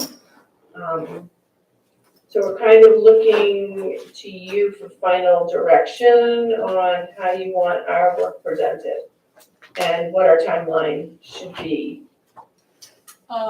In terms of timeline, I would say most importantly, you know, I want the ad hoc committee to feel like they've had, you know, they've given it a fair shake in terms of you've been able to gather the information that you need. I would say best case, if you're meeting next week and you were able to present at the next board meeting, that would be great. But I don't want to set that and then have you feel like you're missing things that you haven't been able to gather yet. So I guess my feeling is I would turn it back to you to let us know when you think you're going to be able to have sort of enough information to make it worthwhile to share with the full board. Although I would hope, you know, that next meeting would be doable. Peter? So I would agree with you. There's no reason to say it absolutely has to be done by a certain amount of time. I think when we went with ad hoc, it was not necessarily to have them make a recommendation to the board, but have it just be information gathering. So I'd like to see the information gathered sort of in categories of, you know, here's language that is, so town specific. Town has veto power. Here's one that is more district has veto power. And here's one where it's just a board thing, or, you know, just maybe 3 broad categories and then all of the options. Okay, thank you. Yeah, I would agree with that. Barb? Yeah, in our original charge and what we went back and checked the meeting minutes for the board meeting, it said for us to come up with also some thoughts on recommendations. Are we not doing that now? We're just really presenting the data, and even the email you had kind of charged us with had some words to that effect. I just want to make sure we're giving the board what we were intended to. Yep. I mean, I think that it's important enough that it's the board should have access to all of the information. Sure. Oh, absolutely. So that the discussion can be robust and everybody's sort of at the same table. Yep. Having said that, you guys will have been the ones to dive the most deeply. So, you know, I think it's fair to say that if you have in your head an idea of where you'd like it to go, certainly come ready to speak to that. but I don't think that the board is looking to your committee to present us with like, these are the three choices. Okay, cool. Peter? It may be helpful just to think of it as like bringing for those three categories that Peter mentioned, which is, I think, something we've talked about too, to talk about the pros and cons. So maybe like bringing an analysis is a helpful starting point for the whole board, because the ad hoc committee has spent more time looking at the language, thinking about it. So not necessarily one recommendation, but here's a positive with this, here's a real negative, something to consider and think about. I think that would be helpful. Steve? I have a question, and this kind of popped up to me as we were looking at this. Do we as a board have the power to change the charter without putting it up for a vote? There are certain parts of the charter that we can and certain parts of the charter that we can't. Is this one of them that we can? According to at least two legal opinions, yes. Okay. Suzanne Buck just referred to the pendulum. Would it be helpful to have both, like within the categories? I know one side is pretty clear, they don't mention it in the charter at all, but there is language that she thinks delves into policy. Like, is it helpful to have the spectrum to consider? Yes. Yes. Yeah, sure. Whatever you guys think is important for us to have. Okay. Yeah. I haven't heard from any superintendents that have charter language that's changed. So just an update to the committee. I suspect they're probably just a little too busy to answer that question. I heard back from 4 or 5 who just said no. That's good. Suzanne, does that give you what you need? Or do you have further questions? I believe so, yes. Thank you. And any other questions from the board? Okay. Other committee chairs, do you have anything anything that can't wait? Finance is not met, we will meet at some point to grill our. Indoctrinate. No, but I mean, we'll meet just for that sort of informational as you get into the whole thing. Yep. Okay. Engagement will be providing committee updates in an upcoming quarterly update, so committee chairs be on the lookout for me to reach out. Great, thank you. All right, other 2 things. One, quickly, as Emma had mentioned as she was wrapping up, about the working group getting together to meet before our next meeting. Working group, are you all still able to do that? A lot of next week, I will not be here. Okay. Monday through Thursday. Okay. So, as long as the board is in agreement, what I'll do is send out, I'll get from Emma when her time and see if we can connect. We'll try to do that the beginning part of this, sort of in the next day or 2, Yes. so that we'll have time to alert the public as to when we'll be meeting. Okay. Great, and then our other is. I had one thing really quick, and that is that the VSBA has a grant that deals with equity issues. I thought maybe we should consider applying for it. I have some ideas that it's $5,000 to $10,000. It's due in mid-October. Caitlin volunteered to help with that application process. If other people would like to weigh in on some of it, I have some ideas. We don't have to talk about it now. I can email everyone, or you particularly if you're interested, about what that grant would help us satisfy. My initial idea was to help perhaps answer some of the recommendations in the Hanover study, which I think are deeply bizarre, actually. Like their method is completely bizarre to me. But they raised some recommendations that require us to do things that we need to do to have the data that we need to have. That right now we don't seem to have, as far as I can tell. So anyway, that's it. Have you two connected? We on talked this? briefly about it, and maybe we do have this data, and I just don't know where it is, but we'll talk about it. Yeah. And maybe there's other reasons that we can use this grant for. It just seems like if we're doing this equity work, this is Free money. something. It's not, I mean, it's sort of free money, yeah. And I don't know, I didn't dive too deep into language, but it looks like the construct is for boards to do work too, so I don't know.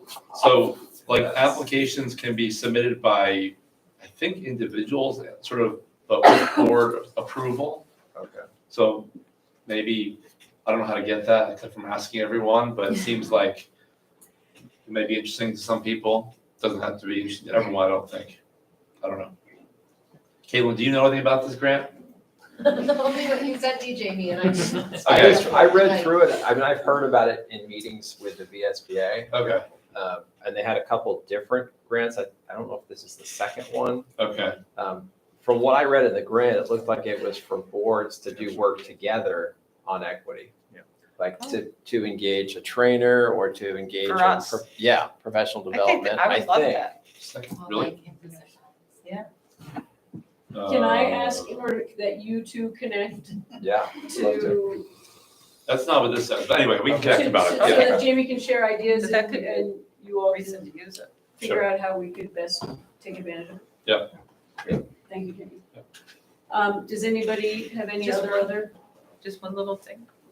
Yep. Yeah, does our busing contract have a requirement in there that, they need to provide subs? Because I think Shoreham, I've seen in Bridport where they haven't been able to do bus service. Yeah, it's Because, increasingly an issue. yeah, Yeah. does our contract basically require them to find subs? I mean, there's no language in that I'm aware of, and I haven't looked Yeah. back in there, but this is happening to everyone, not just us, but it's Yeah. happening across the state Yeah, with Mountain Transit, Vetra, like all these companies. yeah. I mean, I was wondering that myself, just in thinking about, like what power do we have to Yeah. make sure that, they're actually like doing everything they possibly can, Yeah, because that's my concern, it's, yeah. because it's a big impact Yeah. on families. Yeah, totally. And any new contract that we do, I think we need to make darn sure that we maybe have that language Yeah. going forward. I know like everyone, I know they're really struggling. Sure. And this one really does elevate to the national level, like Yeah. bus drivers Yep. in every Yep. state. Agreed. It's just for whatever reason. Yeah. Yeah. Thank you. Yeah. Just one thing for the good of the group, I don't know that it's explicitly been stated, but the next board meeting is in Bridport, not here. Yes. Yeah. Thank you, Steve. Thank you for Yeah. telling us. As we're returning to We're our going back to our traveling, rotation now. our traveling Fantastic. board meeting so that we can be in each town at some point. All right, Mary Heather has her hand up. Mary Heather. I just have a question about that. So are we still going to be using OWL and providing Zoom connections for folks? I'm looking over at Will and his head is Will's down. head's down. This is part of the struggle. I think that our viewing audience has become accustomed to a certain quality, Standard. level of quality. MCTV will continue to be there. In terms of Zoom participation, we will continue to provide it, but it may not be as robust as it is today. I Is can that move fair an to say? owl pretty easily. I think the issue in Bridport is gonna be, we don't have a big TV on wheels out there, so. Yeah, I guess I'm less concerned about, how we're viewing Zoom and more concerned about making sure that we continue to provide, remote access to participate for folks. For board members. Well, for For community everyone. members as well. Yeah. To be able to remotely provide public comment if they need to. Correct me if I'm wrong, I think we will still be able to do that, it just might be a little. Well, I think the problem is gonna be people, us seeing people. Yeah. Because we have to have a projection I mean, I guess we could use a hear projector. We do audio only, right? We could could use hear, we could use a hear projector public and a comment. screen. You can use an LCD in any, like, monochromatic surface, really. Yeah, if it's gonna be in the gym, which is I think where we do it in report, then we'll probably have to set up a portable screen, which I can arrange with Bruce, and a traditional projector, so. Yeah, so we're gonna figure it out, but we're gonna ask the public to be patient with the quality of the experience initially, at least. Can I just ask one, I know we've done this a long time. Unless there's a program by the school, which then attracts parents who are watching their children, no one else comes to those meetings, okay? I'm just being the devil's advocate from that side of it and saying how important it is. I don't know. I think that's true. I think it's good for us to be in the buildings, just to Yes, experience the look definitely, and but feel. that can be done in a different way that doesn't require us to be in the same, this complicated world of having to have multiple electronic connections. Is it a norm for them to present, like, to attract families? So we should assume families would be there to. You would hope so. It's not always been that way. So I think we'll go through a couple cycles of this and see how it works. And if we find that just the technology is not as good and we're not offering the access that we're hoping to, then we can reconsider. Challenging debate because we're offering a different kind of access by moving about. Right. Yeah, right. Okay, with that, could I get a motion to adjourn? Chip second. All those in favor? Aye. We are adjourned at 9:30. 9:30. Thank you all.